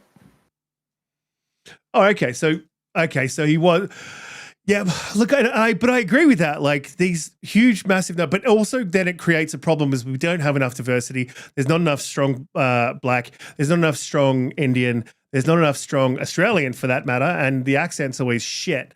There's not enough, there's not enough strong Chinese. There's not enough strong, differentiating characters. And the argument or the concern being that there's too many white characters, I can 110% understand. And it's not a problem for me that people are we're moving towards a diversity and an equity across our media. Right? And that's a very, very... Can I say something? It's how we get there. I don't even feel that way. Like, I don't look at the TV and say, oh, man, there's too many white characters. I just say, man, I just want to continue to see other characters. Mm-hmm. We can have the same, you can still have the same amount of white characters, but also I want to see other people be represented. I want to see Indian, Australian, Latino, you know what I'm saying? Like incorporate more is what we're saying. We're not saying no one's, at least me personally, I'm not saying I want to see less and less of the same white guy playing these particular roles. If you're the best man for the job and you're a talented actor and that role is better served by you, play the role. I don't care what your race is. But I also want to see other people be given the opportunity to succeed. That's what the whole idea of the equity and inclusion is. Other people showing different walks of life, not just predominantly dominated by one thing because you're not even trying to go entertain something else because you're like, oh, I don't know if that will sell. Or I don't know if people are quite ready for that. And that's the where problem, kind of right? this DEI stuff comes in because it's like, people apparently aren't ready for that because again, we've had two scenarios where people are kind of well, in gaming at least, two scenarios where people are kind of up in arms about something, and it shows that people are still kind of there's a segment of people who still have pushback and reservation because it takes them out of their comfort zone. So we're not there yet where it doesn't matter, where we're not talking about, if it's what the person's gender is and what the person's race is. We're just going to be like, man, that person really didn't nail that role, or that person killed that role. That's where we need to get. And the diversity part kind of helps us to get there over time. It won't happen immediately. Yeah, but we're I'm not seeing the early stages of it, which is why I'm never pushback. doing that. That's the weird thing that I find. Kay kept sort of saying that, and I'm like looking for an example of when I have ever done that personally. And I'm not saying it doesn't happen, but I've never personally gone, that dude sucked because he was black. Like that's never happened for me. Like I've never. Well, yeah, exactly. That's how it should be. Because you're not a racist person, right? But I'm saying someone with an agenda.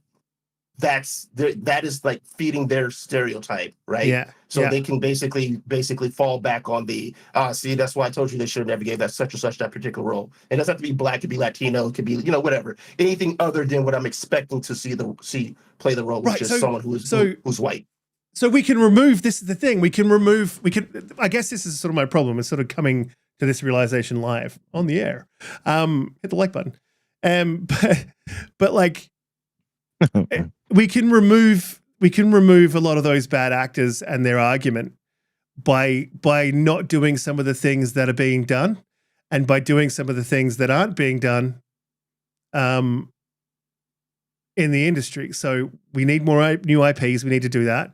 We need there definitely needs to be a push for, and I don't mean just diversity and inclusion, because a lot of times there's a lot of people that aren't, I guess, a lot of people of color that aren't looking for a role in development or whatever, and it is an unstable industry. But I think there should be, from these big corporations, a bit of an outreach program into areas and looking for talented individuals that are diverse.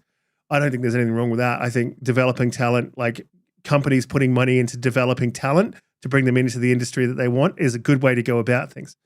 And that may be highly liberal of me. Apologies. I usually sit on the fence. And then one of the other things that we cannot do, or shouldn't, I think, that creates these bad actors and gives these bad actors, like, is the Little Mermaid stuff. She's a beloved character. Don't swap her. Like, swap someone within if you feel you need to add more diversity to that set, like swap someone within the movie, like, fine, but messing with huge IPs that are beloved, I think, is a bad idea. And I mean, like, from both ways. Like, I mean, how good would Kung Fu have been if fucking Bruce Lee was in it? Anyway, I've always wanted to say that. Yeah. Like, it would have been elevated so much more. Shout out to the legend. Like, he was nuts, like crazy nuts. Like, he should have been in that fucking thing. And it was because, and I could guarantee you, if Black Panther came out in like 1970 something, he would be a white guy. And I get that that's been going on for years, and it's absolute bullshit. And we're at a point where we're sort of past that, and we're looking to sort of sort that out.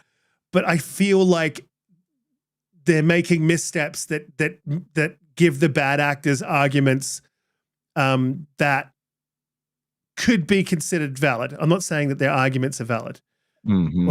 I get what you're saying. You know what I'm saying. I get what I'm saying. Yeah, I see what you're saying. And I think, I don't know, man. Like I say, it's not an easy conversation. I can see that there are some aspects of it where you're like, okay, yeah, that's forced. Don't get me wrong. I'm not someone who's naive saying like, yeah, like I say, these haircuts, man. I'm sorry to go back to this particular conversation, but the haircut that they keep giving us in these games with the Killmonger haircut.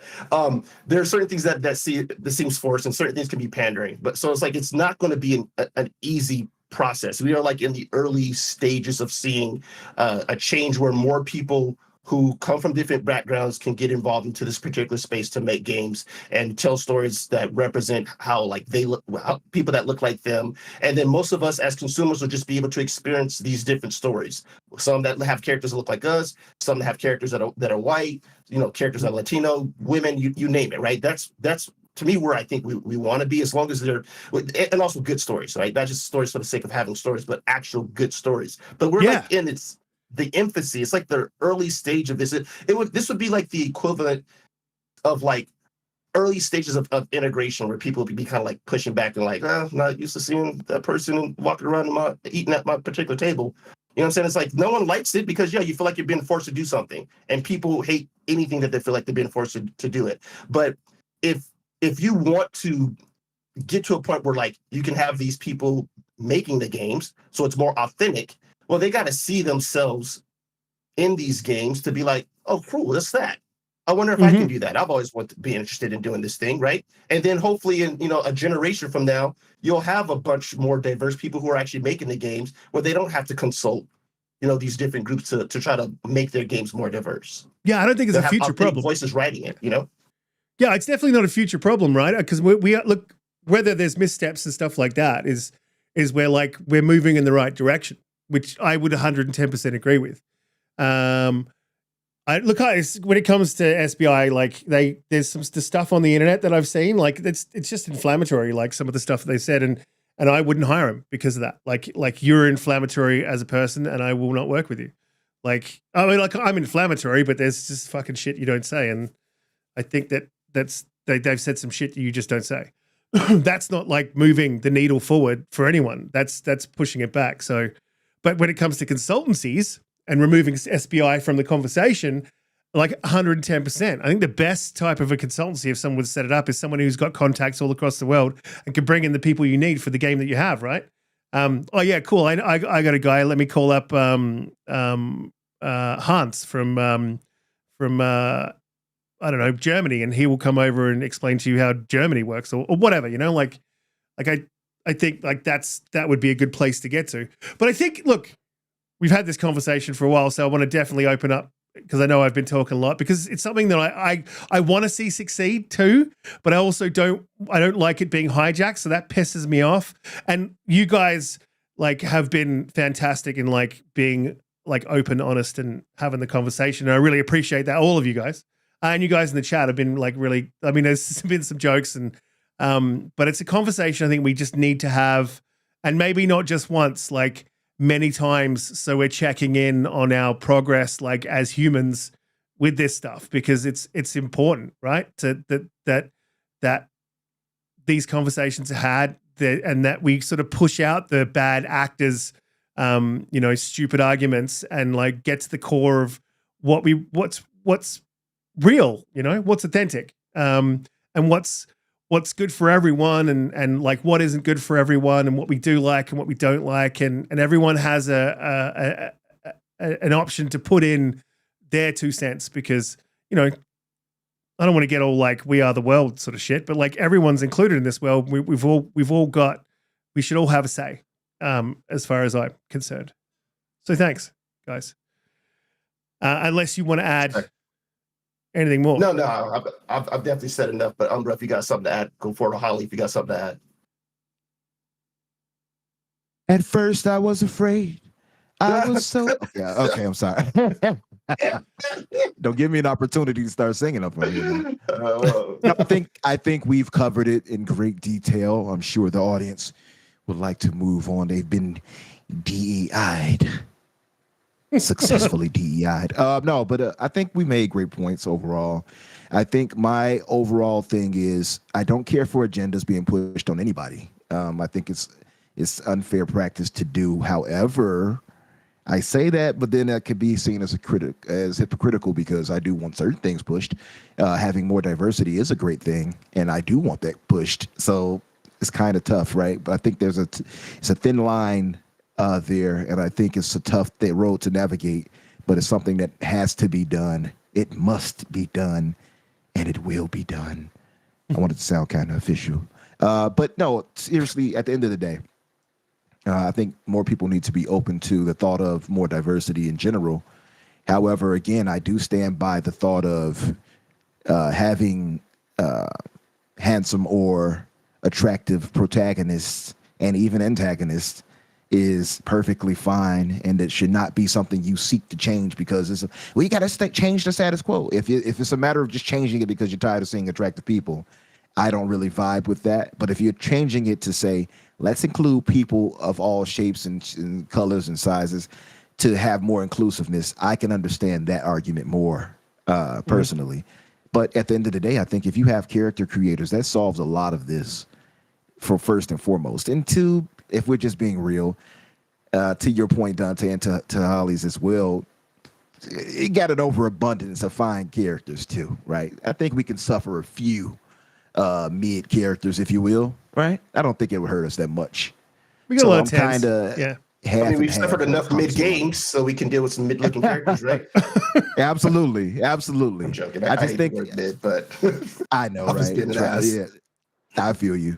But no, like I think just I feel like if we're all more understanding, I think that's one of the key components. Just be more understanding, and be open to the thought of more inclusiveness. I think that is a worthwhile thing. So, and diversity. I just think that it has to be carefully implemented in some cases. I don't want you changing established characters because I get annoyed by that. I really do. I don't care if they're white, black, or whatever. I don't care if they're in a wheelchair rolling around. I don't want you to change that because, well, it's modern times. No, don't leave them as they are. This is what the character I've become and we have become accustomed to. Just give us that. That's kind of where I am with that when it comes to that. But if you're making a new character, I'm not going to get mad at you for, giving me whomever. That's kind of where I kind of lie when it comes to that. And again, if it's not intrinsic to the character, race swapping doesn't really harm anything, right? But I still don't care for the practice of it because I just feel like you can create viable characters outside of those. You don't have to change those characters to look like me for me to care for those characters. Is that fair to say? Yeah, I mean, yeah 110%. Some funny comments in the chat, though. You guys are a little bit immature, but I like it. Blue, you haven't really jumped in on this one. And I know it's a tough conversation to have, and I've been talking a lot, and me and Dante have been talking a lot, but where are you at with it? And then we'll move on.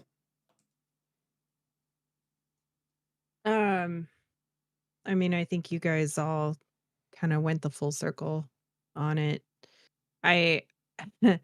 It goes back to, I get kind of annoyed seeing the conversations lying around, the differences between Stellar Yams and the Fable person. Yeah. Because I think that Stellar Blade is just an over the top representation, and that's fine. It's in the game. If people want to play as that character, they can do so. It's your choice, right? That's gaming. But I just think that obviously we all know that sex sells, right? And visually appealing things tend to sell more. My friend brought up the point of, when Victoria's Secret went to the alternative marketing, they suffered financial ramifications for some of that. And I just don't think I don't think it's a good place to live in when only, the most blessed genetically by happen chance are the ones that, drive engagement and things like that. I think it's better and more realistic to have accurate representation of all types. And in reality, right, like we all care and love for people despite or because of their internal beauty and their external beauty. So I don't, this conversation frustrates me sometimes because, like, to Dante's point, all of a sudden one or two things come along and people have a huge problem with it. And I just think that's, we could all do better. But there's so many games out there with so many character creators that you can make whatever you want. And then as the single player games come out, most of them probably fit the mold that people enjoy, but there's going to be those that tell a story and they don't. And that's okay too. Absolutely. That's Absolutely. Yeah. I mean, I guess it's for the attractiveness thing. My overarching issue is I just don't like when they hire a person to play a role and then change the person. Like I just hire the person that fits the role as much as possible.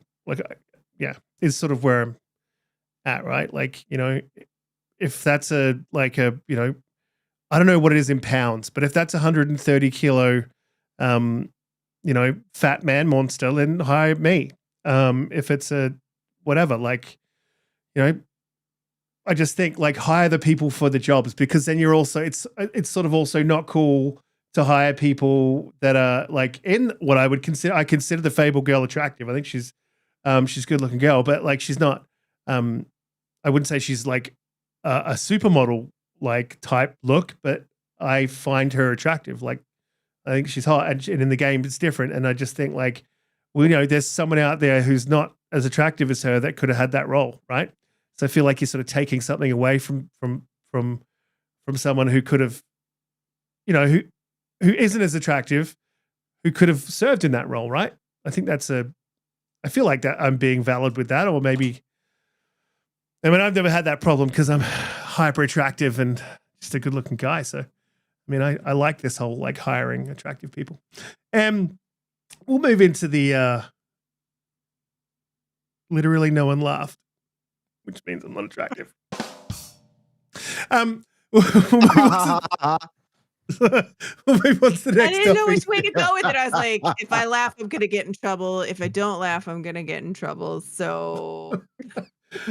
Alvin with the $5 super chat is just curious if Square had normalized Tifa's abnormally large chest for the remakes without explanation. Would that have been okay, preferred, or bad?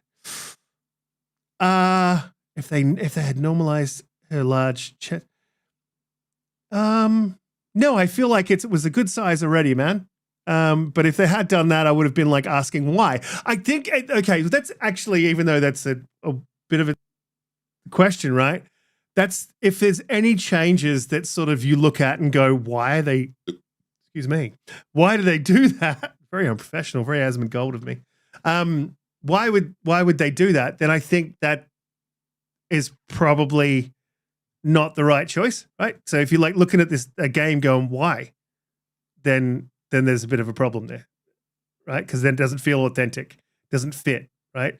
So if they gave her triple E Fs or whatever, I don't know, then it wouldn't fit, wouldn't be authentic, right? So you'd be asking why. So I think any sort of choice that makes you really question it doesn't feel authentic. And so for me is not what I want to see. I want to be immersed in a world without humongous knockers just swaying all over the screen. So I can't play my game. Hagi Chani would tell us, Super Chat, he says, the idea AAA is only West and white is a rest of world problem. India, China, South Africa, Nigeria, United Arab Emirates, etc. need to step up and make AAA games. We don't need white saviors. Frankly, it's insulting. Yeah, man. I, in some ways, agree, in some ways, disagree with that. And so, I think, hey, you got to get in the door. You know what I'm saying? You got to get in the door so that way those voices are able to make those games. And right now, that a certain demographic has basically owned that particular market, right? So it's you got to basically encourage people in different parts of the rest of the world to be like, hey, you guys can to develop games. How about doing that, right? And so again, this is early stages. The rest of the world is in some parts still not caught up to some of the things that other parts of the developed world does. So I'm not expecting a bunch of studios to kind of burst out of Africa telling great stories immediately. But I'm hoping that there'll be a time where that is the case, right? Where it's there's 10 great studios, because that's a very large continent, and there's great studios in India, and you know what I'm saying? Just that's where I would like for it to be as gaming continues to evolve. But they got to find a way to get themselves in the door. And it's easy just to say, that's kind of pull yourself up by your bootstraps, but it's kind of well, I gotta have the opportunity, right? I don't have the bootstraps right now. I gotta have the opportunity to then create something, and then now I'm in the door. And it's how do we do that? How do we encourage the rest of the world to basically create their own studios so we can have them be able to tell their own stories? So that's going to be governmental, more equitable for them. And I think that like even Australia, so Australia's only just started to subsidize game development over here because we just don't have that industry. I think China has a small budding industry, but I think to your point, Hargate, Japan never asked; they just did it. I think Japan was very forward facing with technology, and in that space at that time, they were sort of ahead of their time. Gaming was already sort of a thing there, as it was sort of a little bit in the Western world. I don't think it was so around the world. I think gaming has become such a thing that governments are starting to sit up and take notice. So yeah, like I agree with you, Hargeet. I think governments need to step in and help to sort of subsidize the industries, in China, in India, in those sort of places. You can't ask anyone else to do that. But also I think it's incumbent on huge industry like Sony, like Microsoft, to have those programs where they look for talent in those areas and develop that talent and see what they get. Like, you know what I mean? But at a time when we're laying off record numbers of developers, I see a reason why that's not happening. And this also is, the way the industry is now is discouraging to diversity because it's not stable and it's not growing. And in fact, it's shrinking slightly and apparently is projected to shrink slightly over time. So yeah, it is a tough one. And there's not just one thing that we can do to fix it. There's many things that need to be done to fix it. So, and yeah, Hargeet, absolutely. Singapore just did it with Skull and Bones, but that's not a great game to have done it with. And then developers need to be a little bit more ingenuous with their with the games that they pitch to governments to develop, because Skull and Bones was never gonna recoup its cost, especially the amount of time it took to, and had that game come out from Singapore and been a massive success, like you would probably, hopefully we see another game come out of them because they are subsidized, but you would see more games and then more diversity, ergo. So yeah, it's not one thing with one solution. I think there's many things with many solutions, and the conversation is where it starts. Spartan661 with the $9.99 super chat. He says Magneto was made from the World War II era about Jewish people. Do we make him from the civil rights era to make him younger? I know it's not the same, but being colored had a rigorous time. Magneto is number one. Yeah, I don't think you need to. Again, that's a character I don't think you can sort of mess with. His motivation is really driven in that by the experiences of his period. Group and everything. Yeah. Yeah, like that's horrific. There have been some who tried to say, like, what if you race swapped him to black, for instance? Because a lot of people believe that him and Charles Xavier were based off Martin Luther King and Malcolm X. Malcolm X, yeah. I've heard that argument as well. And I can kind of see that. You know what I mean? I don't want to diminish the Holocaust and things of that nature, though. I think that particular thing is so intrinsic to Magneto. I wouldn't even as a black man, I wouldn't be like, yeah, change him to that.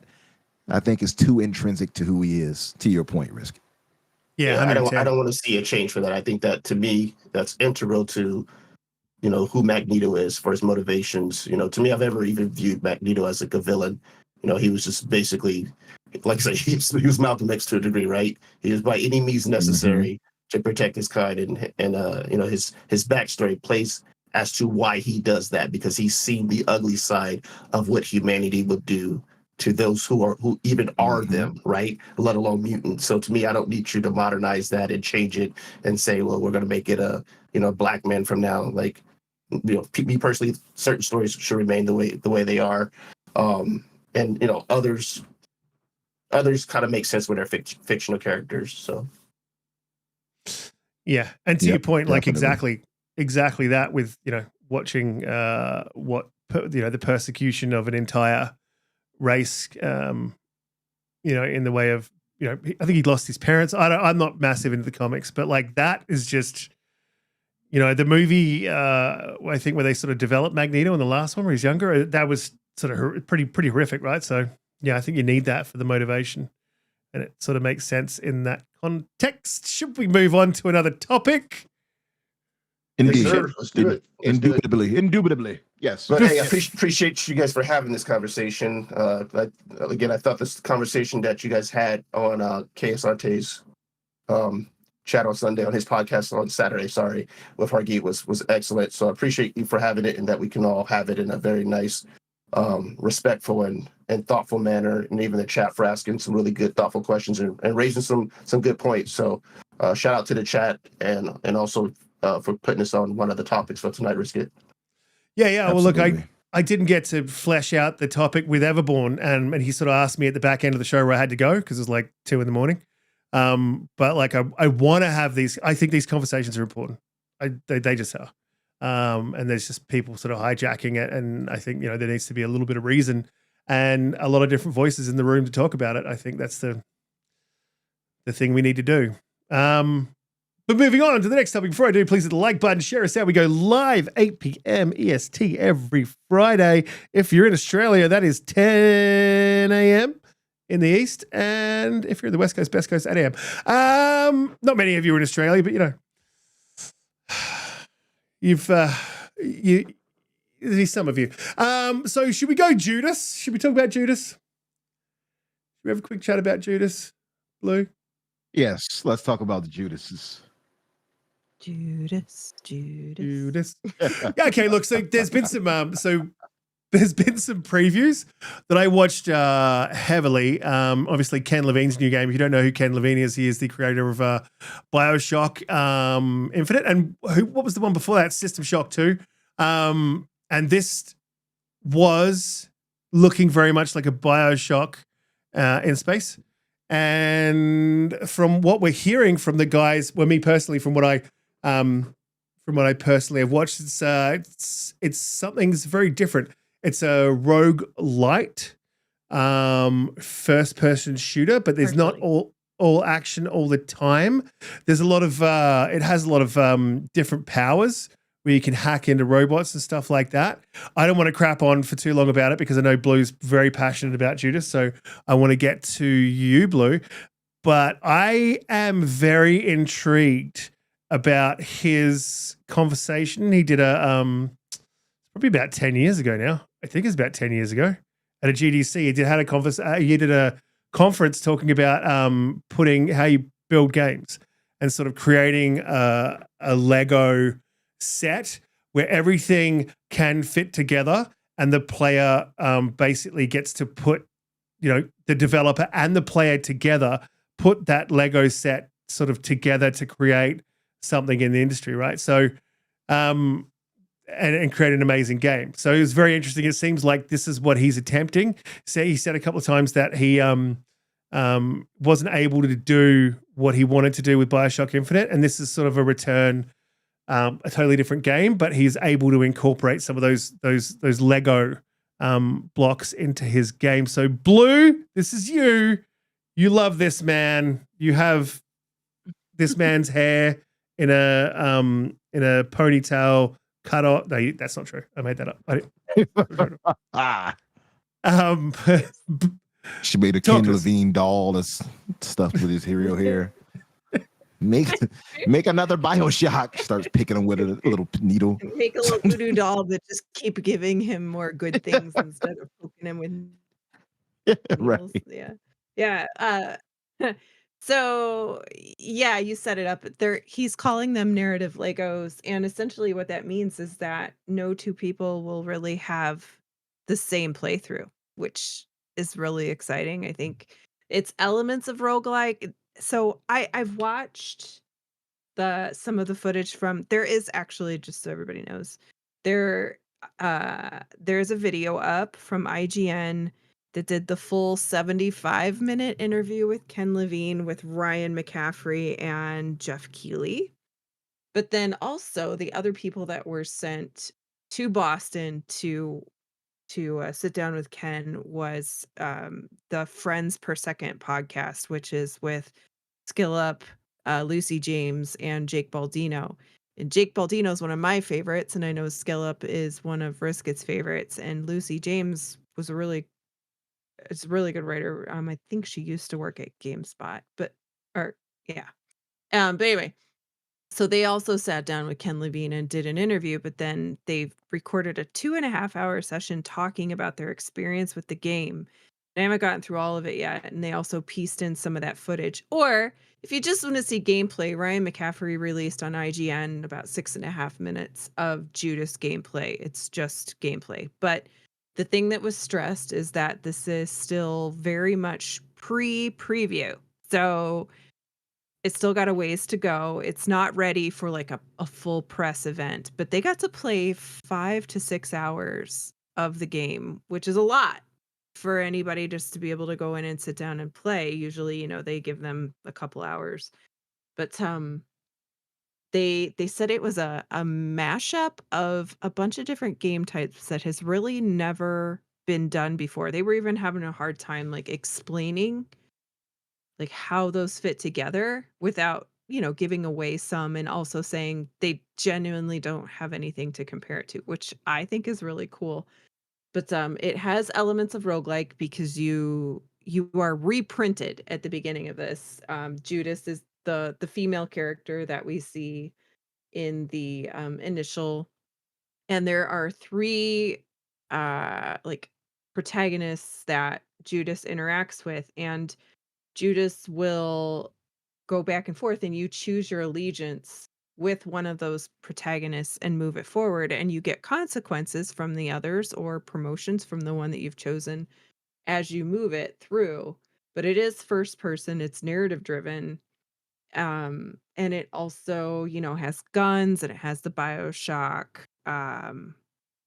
powers and things like that. And they said it played very similarly to BioShock because they were laughing, saying they didn't even need the tutorial. They just hit the button that they knew from BioShock, right? And it would do the things that you would expect it to do. Um, Right. they said that if you liked Elizabeth from BioShock Infinite, this very much has that feel of BioShock Infinite in the look and sort of in the gameplay as well. I don't, I mean, I could probably go on and on about this, but it's, to me, this is really exciting that they got to play that much because it leans for me that this is coming out sooner than I thought it was. Yes. So with this here, do you think it's a ton of BioShock influences in Judas? Yep. For you, like I know BioShock being your favorite and one of your favorite games of all times. Do you feel like he should have deviated away from that and kind of made his own more unique thing, or are you fine with it that he's still kind of, I guess, aping off of the success of BioShock here with this? No, I mean, I want more BioShock, right? It's been 10 it's been 10 or 11 years since Infinite came out. I think it's 11. That's a long time, and I know that they are working on a BioShock 4 at the origin at Take-Two, but like that, who knows, right? Ken Levine was there for all three of the originals, so you I would expect more of the BioShock vibes from Judas than actual BioShock 4.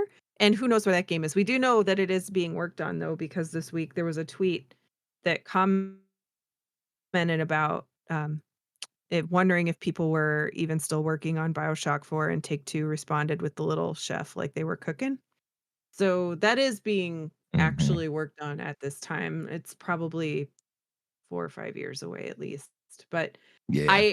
I don't what I think is though is that this game, while the power elements and the gunplay and stuff is probably going to be similar to what we know, I think that the story element is going to be very, very different. And the way the game plays with the roguelike elements is going to be significantly different than BioShock. So I'm pretty confident in the way that this will have a different iteration to make it new and fresh and different. Yeah, I mean, he also So- said he never Oh, you're back. stops, Okay. right? Yeah, so he also said he never stops sort of developing because he feels like he doesn't want to use it, like Ken Levine in one of the I think the interview with Friends Per Second podcast. Great podcast, by the way, like Lee was pointing out, with Jake Baldino is also one of my favorites. Really nice guy. Got a chance to have a real quick conversation with him. Love Jake Baldino. But Skill Up and Lucy James as well. Loved Lucy James. Never met her. Would love to. She's a absolute champion and great writer. I agree with Blue, but he was saying that if he feels like if he stops at any point, he might lose it. So he moves very much from one thing to the next thing. And he did say as well while he was creating BioShock Infinite that he was already sort of formulating what this was going to be and how it started with his design choice, like what he wanted to do with the game, not just the story, but how he wanted it to play, which he said is very different. I did not kiss him, Red Wolf. No. Now kiss.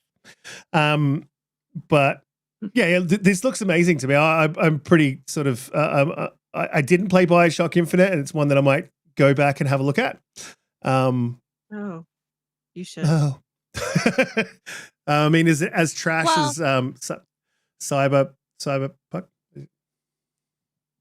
Stop it. Stop it.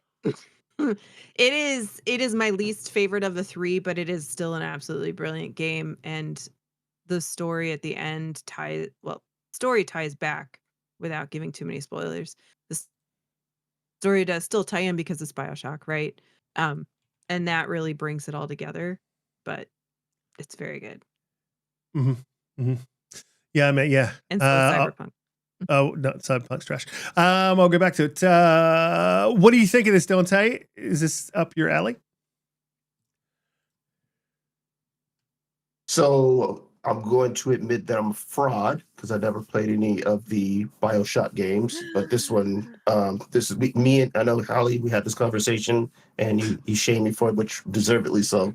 I deserve that. So yeah, I'm going to play this. I thought the trailer looked really, really cool. Especially since obviously it's something that's modern. Because maybe I can go back and play the original BioShock because people always talk a lot about it. But if I'm being honest, man, my backlog is so crazy right now. And if I keep getting sucked into these 100-hour games, it's going to be kind of tough. But this one, I'm going to make sure I do it so that way Holly can talk to me about it and tell me how great it is, and I won't be called a fraud. Yeah, that's a smart way to go about it, I think, because the blue abuse can be a lot, you know. It's I won't talk about it. Infinite. You got any more to add on? Judas going to move to the last topic, which is the big topic and we'll try to move through that. It's been a bit of a long one today, but I think as well, for one, I wanted to co-sign your abuse. I understand because I have also experienced it. Why is she this way? I don't know. Why is she like? I don't know. All right, man. Y'all are gonna make people think. Oh, she's talking. We're shutting up. We don't want to interrupt you. We know what happens when we do. Hush now. We'll move on to the next topic. Guys, please hit the like button, share us out. We go live 8 p.m. EST every Friday. If you are new here, please please consider subscribing. That was a cross between consider and subscribe. Please consider subscribing. If you're in Australia as well, we go live at 10 a.m. on the East Coast, West Coast, Best Coast, 8 a.m. time, which is for me. Steam Epic coming to Xbox.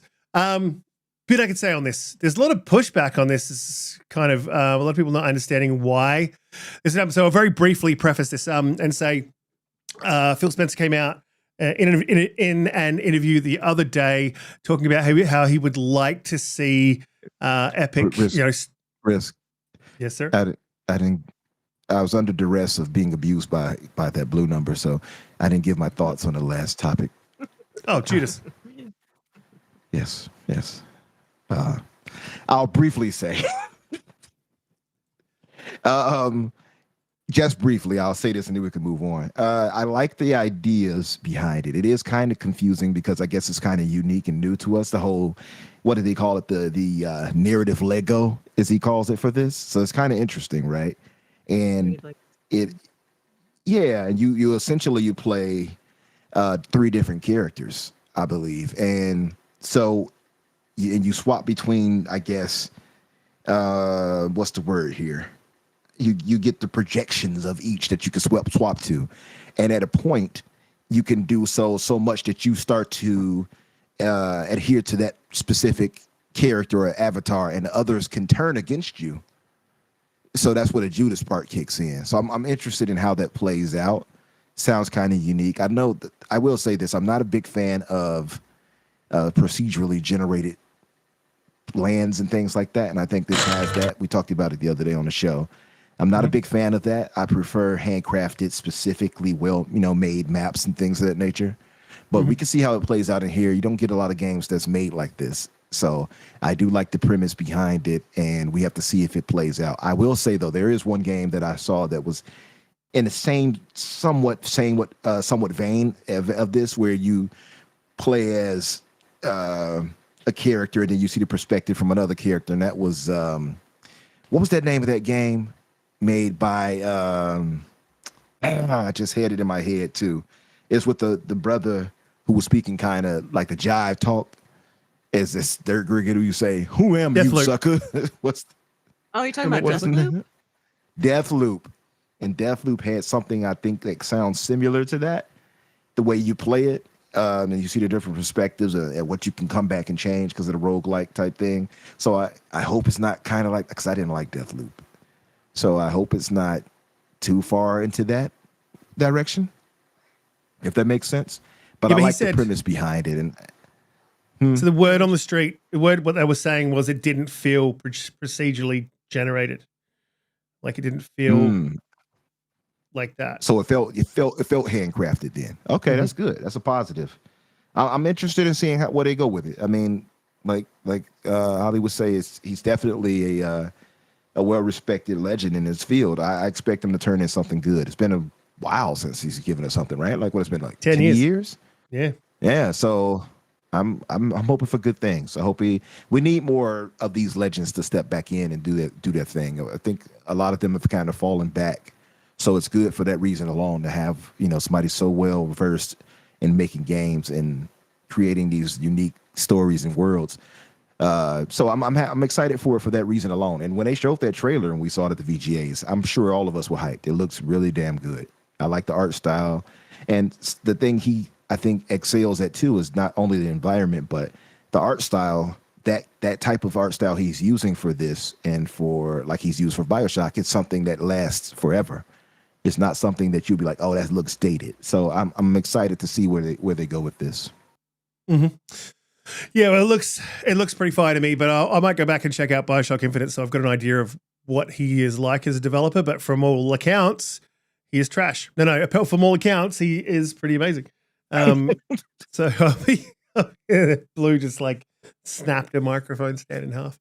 We'll jump straight into the other topic, which is Phil Spencer wanting the Epic Game Store, and this is an excerpt from the article, which I'll read verbatim.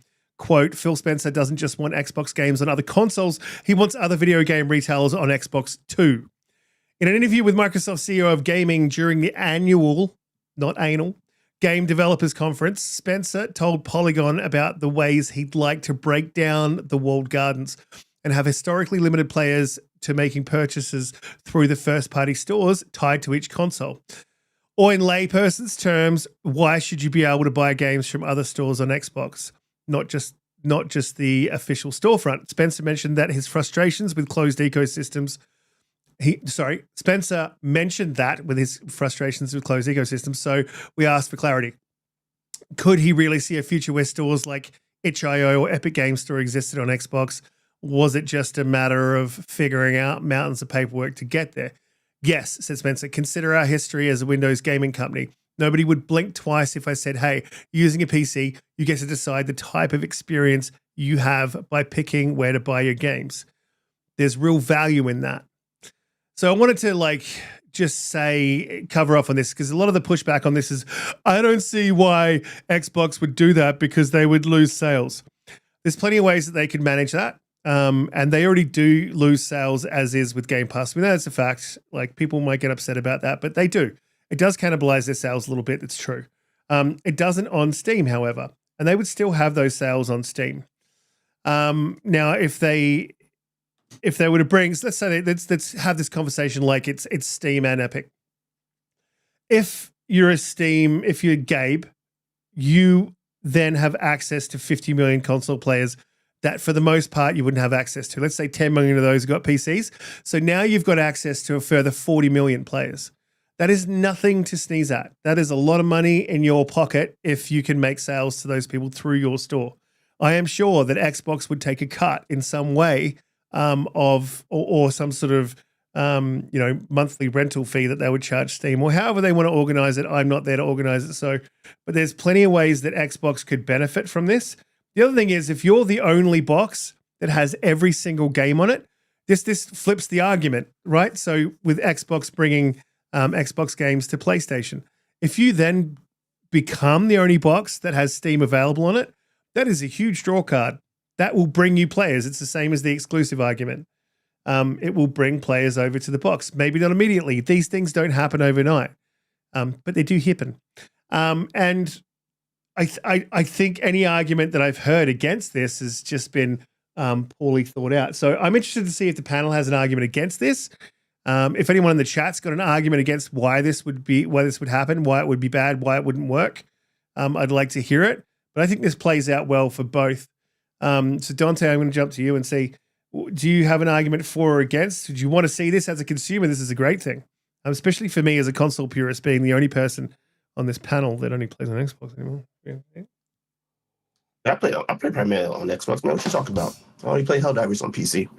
I think we kind of talked about this maybe a month ago at this point now, but I think we kind of talked about this before, where I was saying that, like, in order to do this, you need to they have to work out something where they're saying, hey, if we're going to let you gain access or let customers gain access to your storefront, our percentage has to go to Microsoft. Otherwise, why would you encourage consumers to buy games through like Epic Store or let's say if it was Steam, through Steam Store, right? Because they know, that's software revenue that Microsoft isn't getting for companies that they want them to bring their games to the Xbox ecosystem. So yeah, that would have to be worked out from the consumer standpoint. Yeah, sure, it sounds great if you're someone who plays on both PC and console, right? Because you'd be like, okay, if I'm sitting in my living room and I don't want to get up and go to the other room my PC is, or I don't want to drag a long cord and hook up like HDMI or DisplayPort to my TV, and I just want to be able to gain access to some of the games that are only on my Epic Store library or Steam, whatever, then I can just do this from my Xbox. That is a good thing from the consumer standpoint. I am a little bit concerned as to like what it means for Xbox, because again, what if you then entice people who have been buying games through a lot of this, like let's say there's a bunch of deals through the Epic Store or the Steam Store, and they're getting those at cheaper prices than what Xbox would have it on the Xbox Store, and then eventually you've now converted someone to basically that type of a player. I don't think so. That's just something that I'm concerned with. For the most part, people who are console gamers are on console for a reason. Like me personally, that's why I prefer to play on console. PC, I just kind of play it as something that I need to go to in the event that I don't have it on my console of choice, right? Which is Wonder right now, Helldivers. So I think it could be interesting. I just want to see more details as to like what their game plan is and how that is going to benefit the Xbox community. That's the key thing, because how does it help the Xbox community and make sure that it continues to thrive and that other game devs are going to continue to want to bring their games to put them on Xbox. Because if that's the case, are you just saying, well, if you're not going to do that, I'm just going to go ahead and go through Epic or Steam to buy the game because the developer is not making it on for the Xbox. Well, that's the benefit, right? And that's a fear. That's a fear, right? I have that concern. Well, that's the benefit of it, like for consumers, is that if X developer skips with X game and goes to PlayStation and PC only, or Steam only, or Epic only, or whatever, then you still have access to it on Xbox, right? But I think it's the implementation. Like, does that mean we get to play it natively, or are they going to run that through the cloud? I mean, that's does it play? Yeah. Does it play natively? Does it run smooth? Is it optimized properly? That's going to be the concern. And if it's a cloud solution, nah, I'm not. That doesn't excite me personally. No, if it's cloud, it doesn't excite me either. But I mean, we know that there's native experiences on the Steam Deck, ROG Ally, etc., that do run well because it's sort of geared for a PC, right? So it's developed for PC. Interesting. It's interesting. Depends on how this new console gets developed, in my view. Umbra, you are so excited, concerned, can't see it, can see it. Where are you at with Steam and Epic coming to Xbox? 100%. Talked about this on the show the other day, and I don't think you're giving yourself enough credit here, Risk. Didn't you also mention that this was likely a reality sometime back? I did. Yep. No one's listening though. Yeah. They don't listen to the Aussies. That's what it is. Yeah. That's because I'm Australian. Yeah. Get back to the ball. ball. It's because you're speaking from the future, Riskit. He knows nothing. True. He knows nothing at all. You know, I am 100%. Not only am I behind this, I think it's a very clear thing that can happen. As our brother Hargeet pointed out in the chat, and I've done the same to test it. You can access Steam right now off your Xbox by way of going through the browser and using, for instance, GeoForce Now, or using, as he pointed out as well, Ubisoft Plus. It's plenty of ways around it, and that's just for the workaround. That's just for streaming it.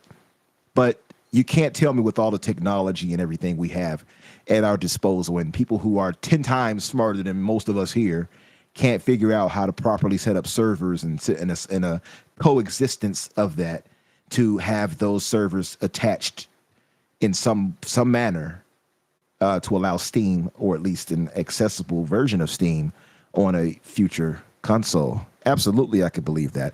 And then you have Phil's own words himself, where he spoke on it in the interview with Polygon. It's the writing is on the wall. He doesn't say that for nothing, right? I've in our time of knowing Phil Spencer, we rarely see him just say words for fluff. If he's saying that they're opening up he wants to see the Xbox market open up into that expanse, then what else would he mean? He's already got games on PC, so he can't be saying I want to put games on PC. He would mean bringing those ecosystems into the Xbox naturally. That's the only thing that makes any logical sense, right? So he's not saying it just to say it, and I think that is a real reality, and I think it's a winning reality. I think it's a W all across the board.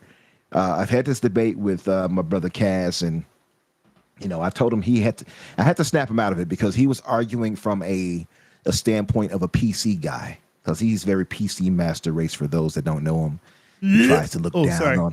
He tends to kind of have that elitist viewpoint when it comes to having the higher specs and performance and looking down on the console market.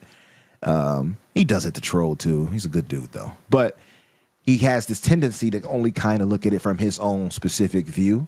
And because he's a PC guy, he looks at it like, but why would they want to do this? Why would Xbox gamers want to play Steam games? They should get a computer. Well, if they would want to get a computer, as I had to point out to him, then they would be on a computer. They would be on a PC already. They wouldn't be on Xbox. I would have just basically gone strictly PC and got rid of my Xbox years ago. Exactly. It defeats the purpose of you saying that if that's what they wanted, that's what they would have done. But therein lies the rub, because typically the reason why so many of us have decided to go console and have played consoles for so many generations is because of the ease of use and the cost friendliness of it.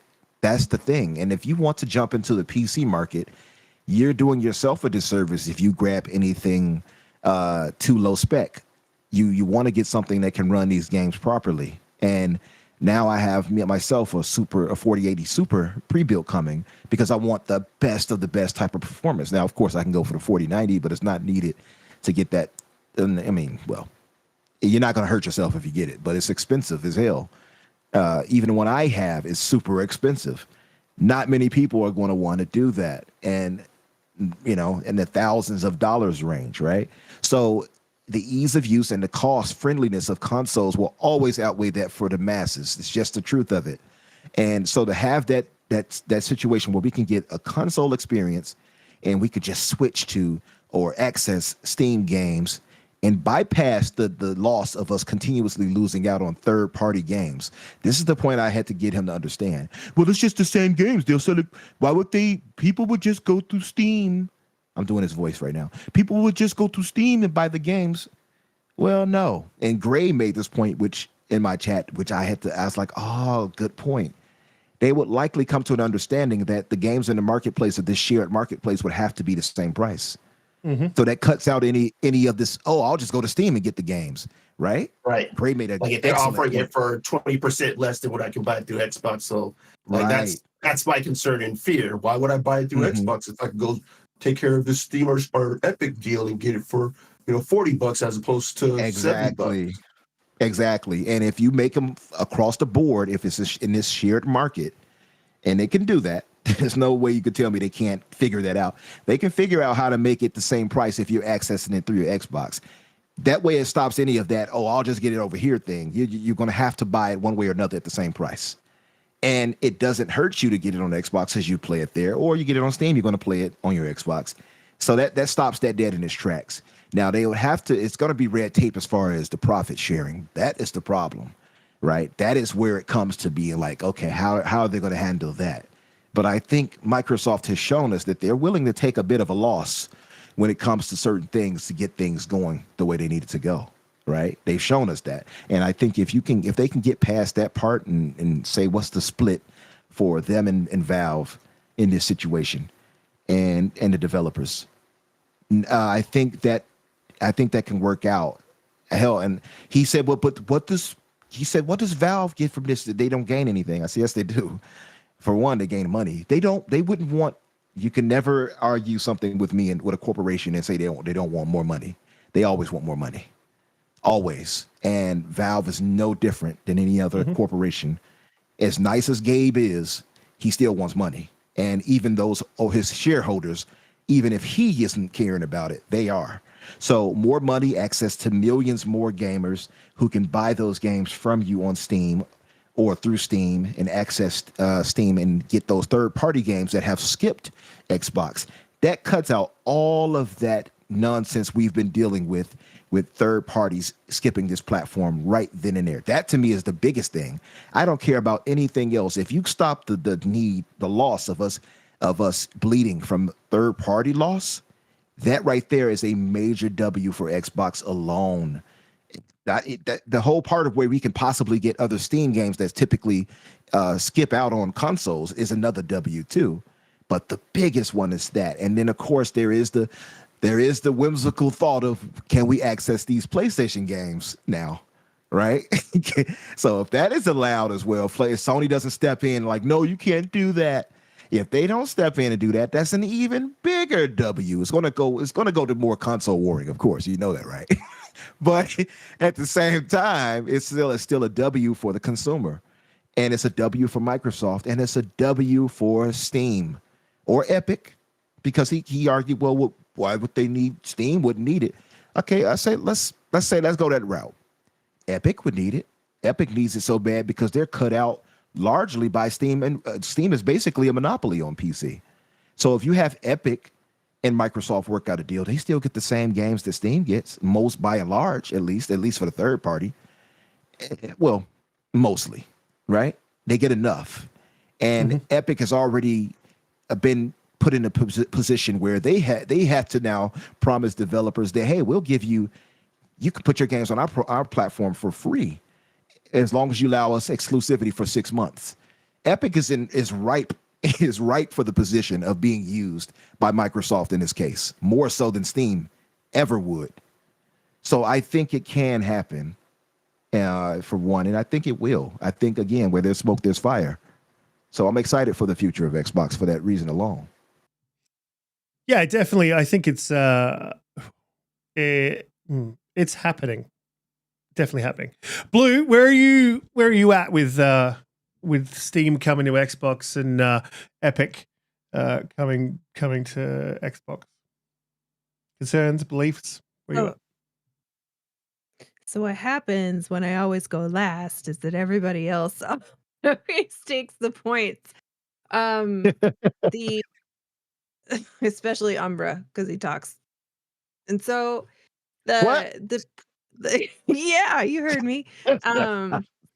So, I mean, look, if there was a world where there's a box that has Xbox and PC store access holistically in one place, has the ease of use that a console does because the games have to be optimized for that box, right? It's it's a much bigger win than I think people actually realize. That how you Oh, it's huge. market something like that to a casual audience is a whole nother conundrum that I can't even begin to fathom how they would actually explain how big of a benefit that actually is. Having said that, I do think there are a lot of issues that would have to be worked out to make this a viable solution and something that can work. Phil specifically did not say Valve or Steam when they talked, or when he was talking to Polygon through that interview. He talked about Epic and He did. Itch.io. I Itch.io, don't know what that is. But it It's was a- a different PC store platform, right? It's a disease and it's a store. Sorry. Yeah. Yeah. Now, of course, he was talking in generalities, but of course we all think Steam first when we talk about PC. But Epic is making big moves right now. They are very aggressive in a lot of ways, and they have a lot of money in deep pockets to be aggressive. And one of the other initiatives that Epic has just started recently is they're offering no store fees for 6 months for game devs to bring their games to the Epic storefront. Is it 6 or which 12 is months? huge. I'm pretty sure it's 12. Sorry? Is it 12 or 6 months? I thought it was 6 months. But even if it's 12, it's better, it's longer, right? But that Yeah. is massive, right? Because they all take 30. I think Steam takes 30%, right? And I think they all kind of standard takes 30%. But that's a huge boon for their store. Their store has been struggling. It is 6 months. You're right. The interface is rough compared to I think what people are comfortable with Steam. But anyway, having all said that, I think it's poignant that Phil said Epic. I think that is the natural place to start, because I think Epic is being very aggressive and trying to figure out how to make additional growth for themselves. So if they are able to come to some sort of agreement, I think that would be the first partner that we would see on board. Well, imagine that instead of Xbox publishing their games on Steam for the first 6 months or 12 months, they offer it as a timed exclusive on Epic. As a, you scratch my back, I scratch your back type thing. That's a possibility, that a route they could also go down as well. And then vice versa. Like if there's, Unreal, Epic could push, make some deals with Unreal developers to bring, some exclusives to Xbox. And exclusives still move the needle. I'm so tired of having this argument, like with people, that exclusives don't move the needle. And not one exclusive will move the needle. Never will. But like if you start publishing a regular cadence of games that are good and great, you will start to get brand recognition. You'll start to get talked about in a positive way. Like these things will still move the needle. You may not as much as back in the day, but there's still a shift there, a shift in perception. And so if Epic and Xbox can work together to sort of get that done, and as well, this something that I don't think we've mentioned yet is their shift is, whether you like it or not, they are slowly going to shift towards publishing. Whether they eventually get rid of the hardware and just still keep a hold of the Xbox ecosystem. You can still play games. They're just a publisher. They're like sort of Steam, right? Whereas they're a platform and a digital one. If that happens, fine. But if they do this is more of a signal, another signal that that's what their shift is towards, right? And it would. I'm absolutely got no issue with Xbox doing that in the future, not now, in the future. And if this is a step towards it, I think it's a good thing. It's also good for consumers if it's if we're talking about a native experience, and we get, like Umbra said, access to. It's not just the PlayStation games; it's those games that skip both PlayStation and Xbox. It's those indie games that you don't see over on Xbox, and if they become available to consumers, like in that Xbox ecosystem, that's a boon for us. That's an amazing thing. We get access to more games, and that can only be good. Because what are we here for? We're here for games. That's the main thing. That's my final message for the day. We've been here for 2 hours and 39 minutes. This is probably the closest to a 3-hour show we have been for a long time. We do want to wrap it up. Before I do, Dante, thanks for coming through again this week. Really appreciate you. And I think we are adding you to the panel full time going forward. Is that correct? Yes, sir. Absolutely. So Dante's part of the panel. Where's the round of applause sound? Who got the soundboard? Who's got the soundboard? Oh, you see. Let me see. What do we have here? What do we have? The clap. Yeah. Okay. I was just doing the trombone thingy bobby, but yeah. Oh, you can go this one. Merry Christmas. That one works. There we go. Achievement unlocked. That one works. I gave you the Merry Christmas one. I don't know if you all heard that.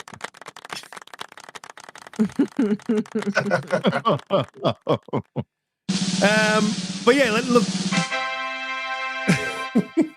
let the people know where they can find you, what you're looking forward to, and I've also got your show link down in the chat. Your podcast, the Boozy Box Office podcast, down in the description. If you want to find any one of our guests, any one of our not guests, panel members, you can head down the description, click on the links.